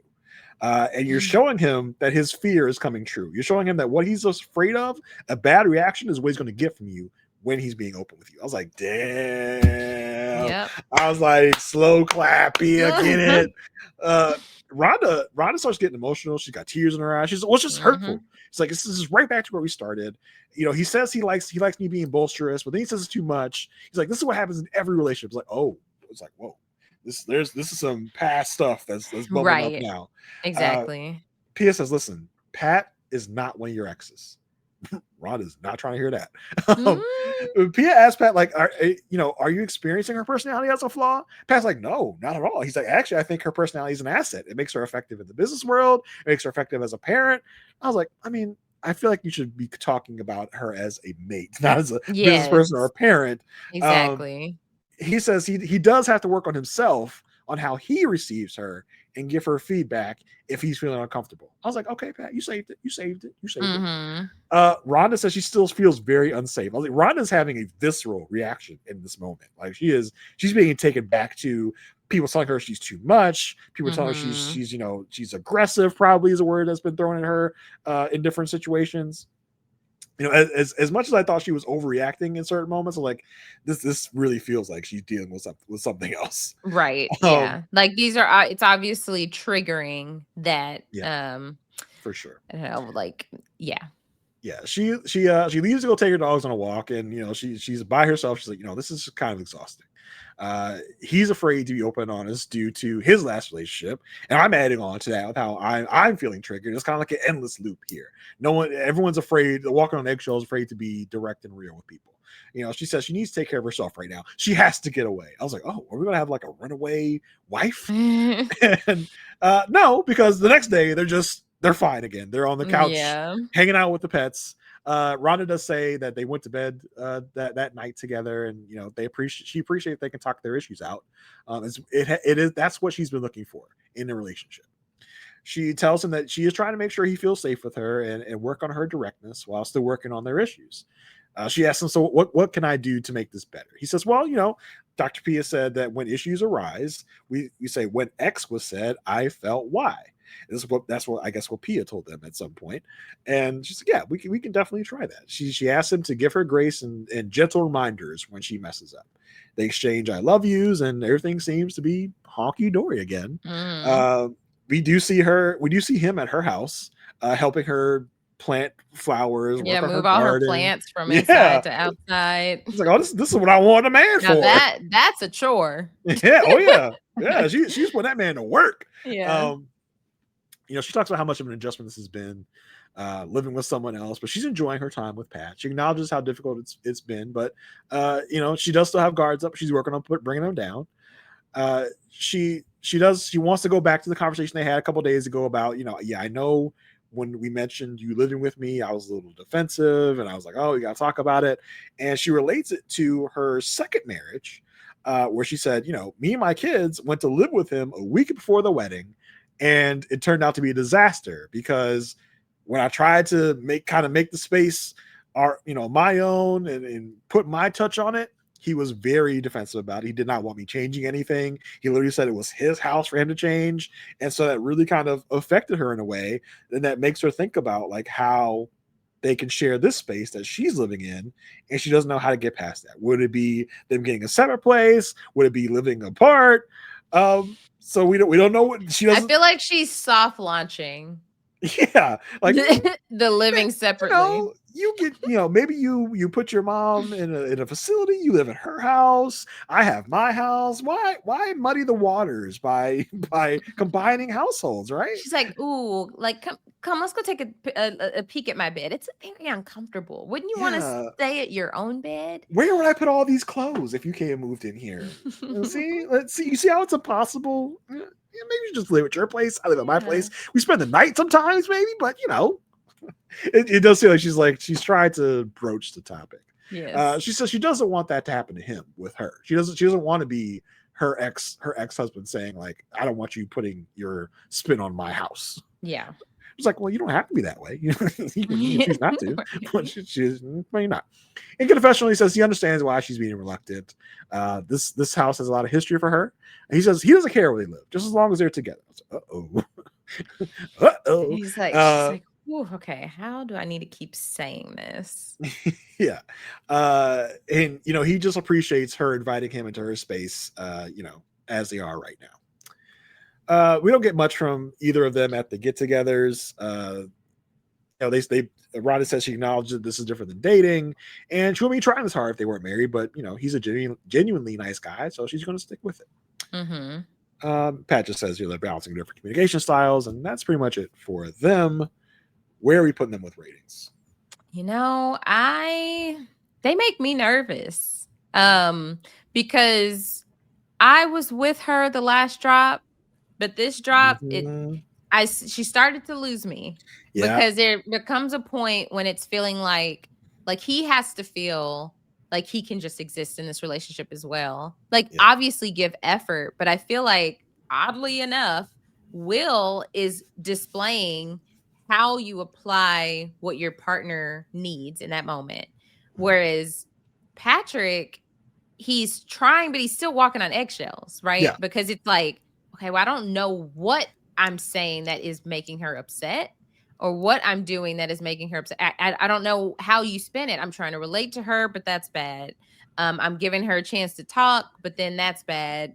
It's like he doesn't know where to turn yet, and until he finds that, I feel like he's going to be in these muddy waters, and it gets to a point where it feels like he's always taking a test because she's always grading how he's responding to things. And so I was like, I felt like she was justified in the last drop, but this drop, it was like it's building. Yeah. I felt like in that moment with Pia, it felt like she can dish it, but she can't take it, right? Like she can be critical of him and tell him where he's going wrong, but then when he tries to be critical with her, it's a problem. So it's like, yeah, that's not great. So she also kind of lost me there. And like you put it perfectly when you said he's walking on eggshells because he doesn't know what he can and cannot say that's going to upset her. So at the house, he was just like, yeah, I'm just going to let her talk because I don't know what I can say. I like, and I feel like a natural flow of conversation is relating things to yourself at points, but he's scared to do that now because she's kind of whacked him on the nose with the newspaper. But nope, can't talk about yourself like ever. Right. So yeah, I feel like for me, did we rate them last time? Yeah, we did. Last week I was a 5, and you were a 4. I'm bringing it down to a 3 because I'm just really unsure about them right now, and because they could go either way. Yeah, I do feel like he's really trying to get along here. He's kind of bending over backwards for her, and it still doesn't feel like it's enough for her. Because I think her past relationships are giving her like as much as she talks about him and his traumas from his past relationship, she's feeling the same thing here. So exactly, it's tough. Yeah. All right. So let's wrap it up. We covered all 5 couples. Next we got a pretty good preview for next week. It seems like we're gonna get some interesting stuff. I don't really know what. Like the specific details. Like I try not to. You're like Megan after Erica's like, okay, like what did you enjoy? Right. But what? It looked good. All the things. I stopped writing down what was going to happen on the previews some seasons ago because I was like, I feel like I was reading too much into it. Yeah. And like, what's going to come? What's going to happen? And I'll see it when we get there. Yeah, I remember the baby talk, the baby issue, which is seemingly what Derek and Megan are talking about. Yeah. Will and Brittany are going to have an issue with the L word of who's saying it, who's not. Because Will's like, I didn't say it. I didn't say it. You didn't catch that word coming out of my mouth. I for sure ain't in love. Hell no. I do think there's going to be another issue with Josh. Something about communicating with his ex. I was like, what's that going to be? So yeah, it feels like a lot's coming our way, and I greatly appreciate it from Married at First Sight here. Exactly. Yeah. Where can people keep up with you? You can catch me and Aysha and Mary Kukowski wrapping up our Love is Blind coverage finally with the last Love is Blind season 9 podcast, where we will cover the reunion that's coming out this week. You can check us out there. You can check me out on The Good Pod with Marissa Garza as we rewatch the show, The Good Wife, and talk about the current show, Elsbeth, which is a spinoff of The Good Wife. If that is something that folks should vote, coming over. We'd love to have you. All right. Thank you so much, everybody, for sticking with us. Make sure you subscribe to the Love at First Sight feed. Make sure you subscribe to the RHAP YouTube channel. Jason, I'm going to put you on the spot with the Facebook group because we didn't say it up top. So make sure you join the Perfect Match Podcast Facebook group. And this week, the password is Zoe is no Luna. All right, there we go. So Zoe is no Luna. Put that password in and come join the fun in the Facebook group where there's lots of conversation about all of these episodes. You can follow me at Aysha like Aysha. That's AYSHA like ASIA. And make sure you catch us on Patreon for our bonus content. And we will see y'all next time. Bye.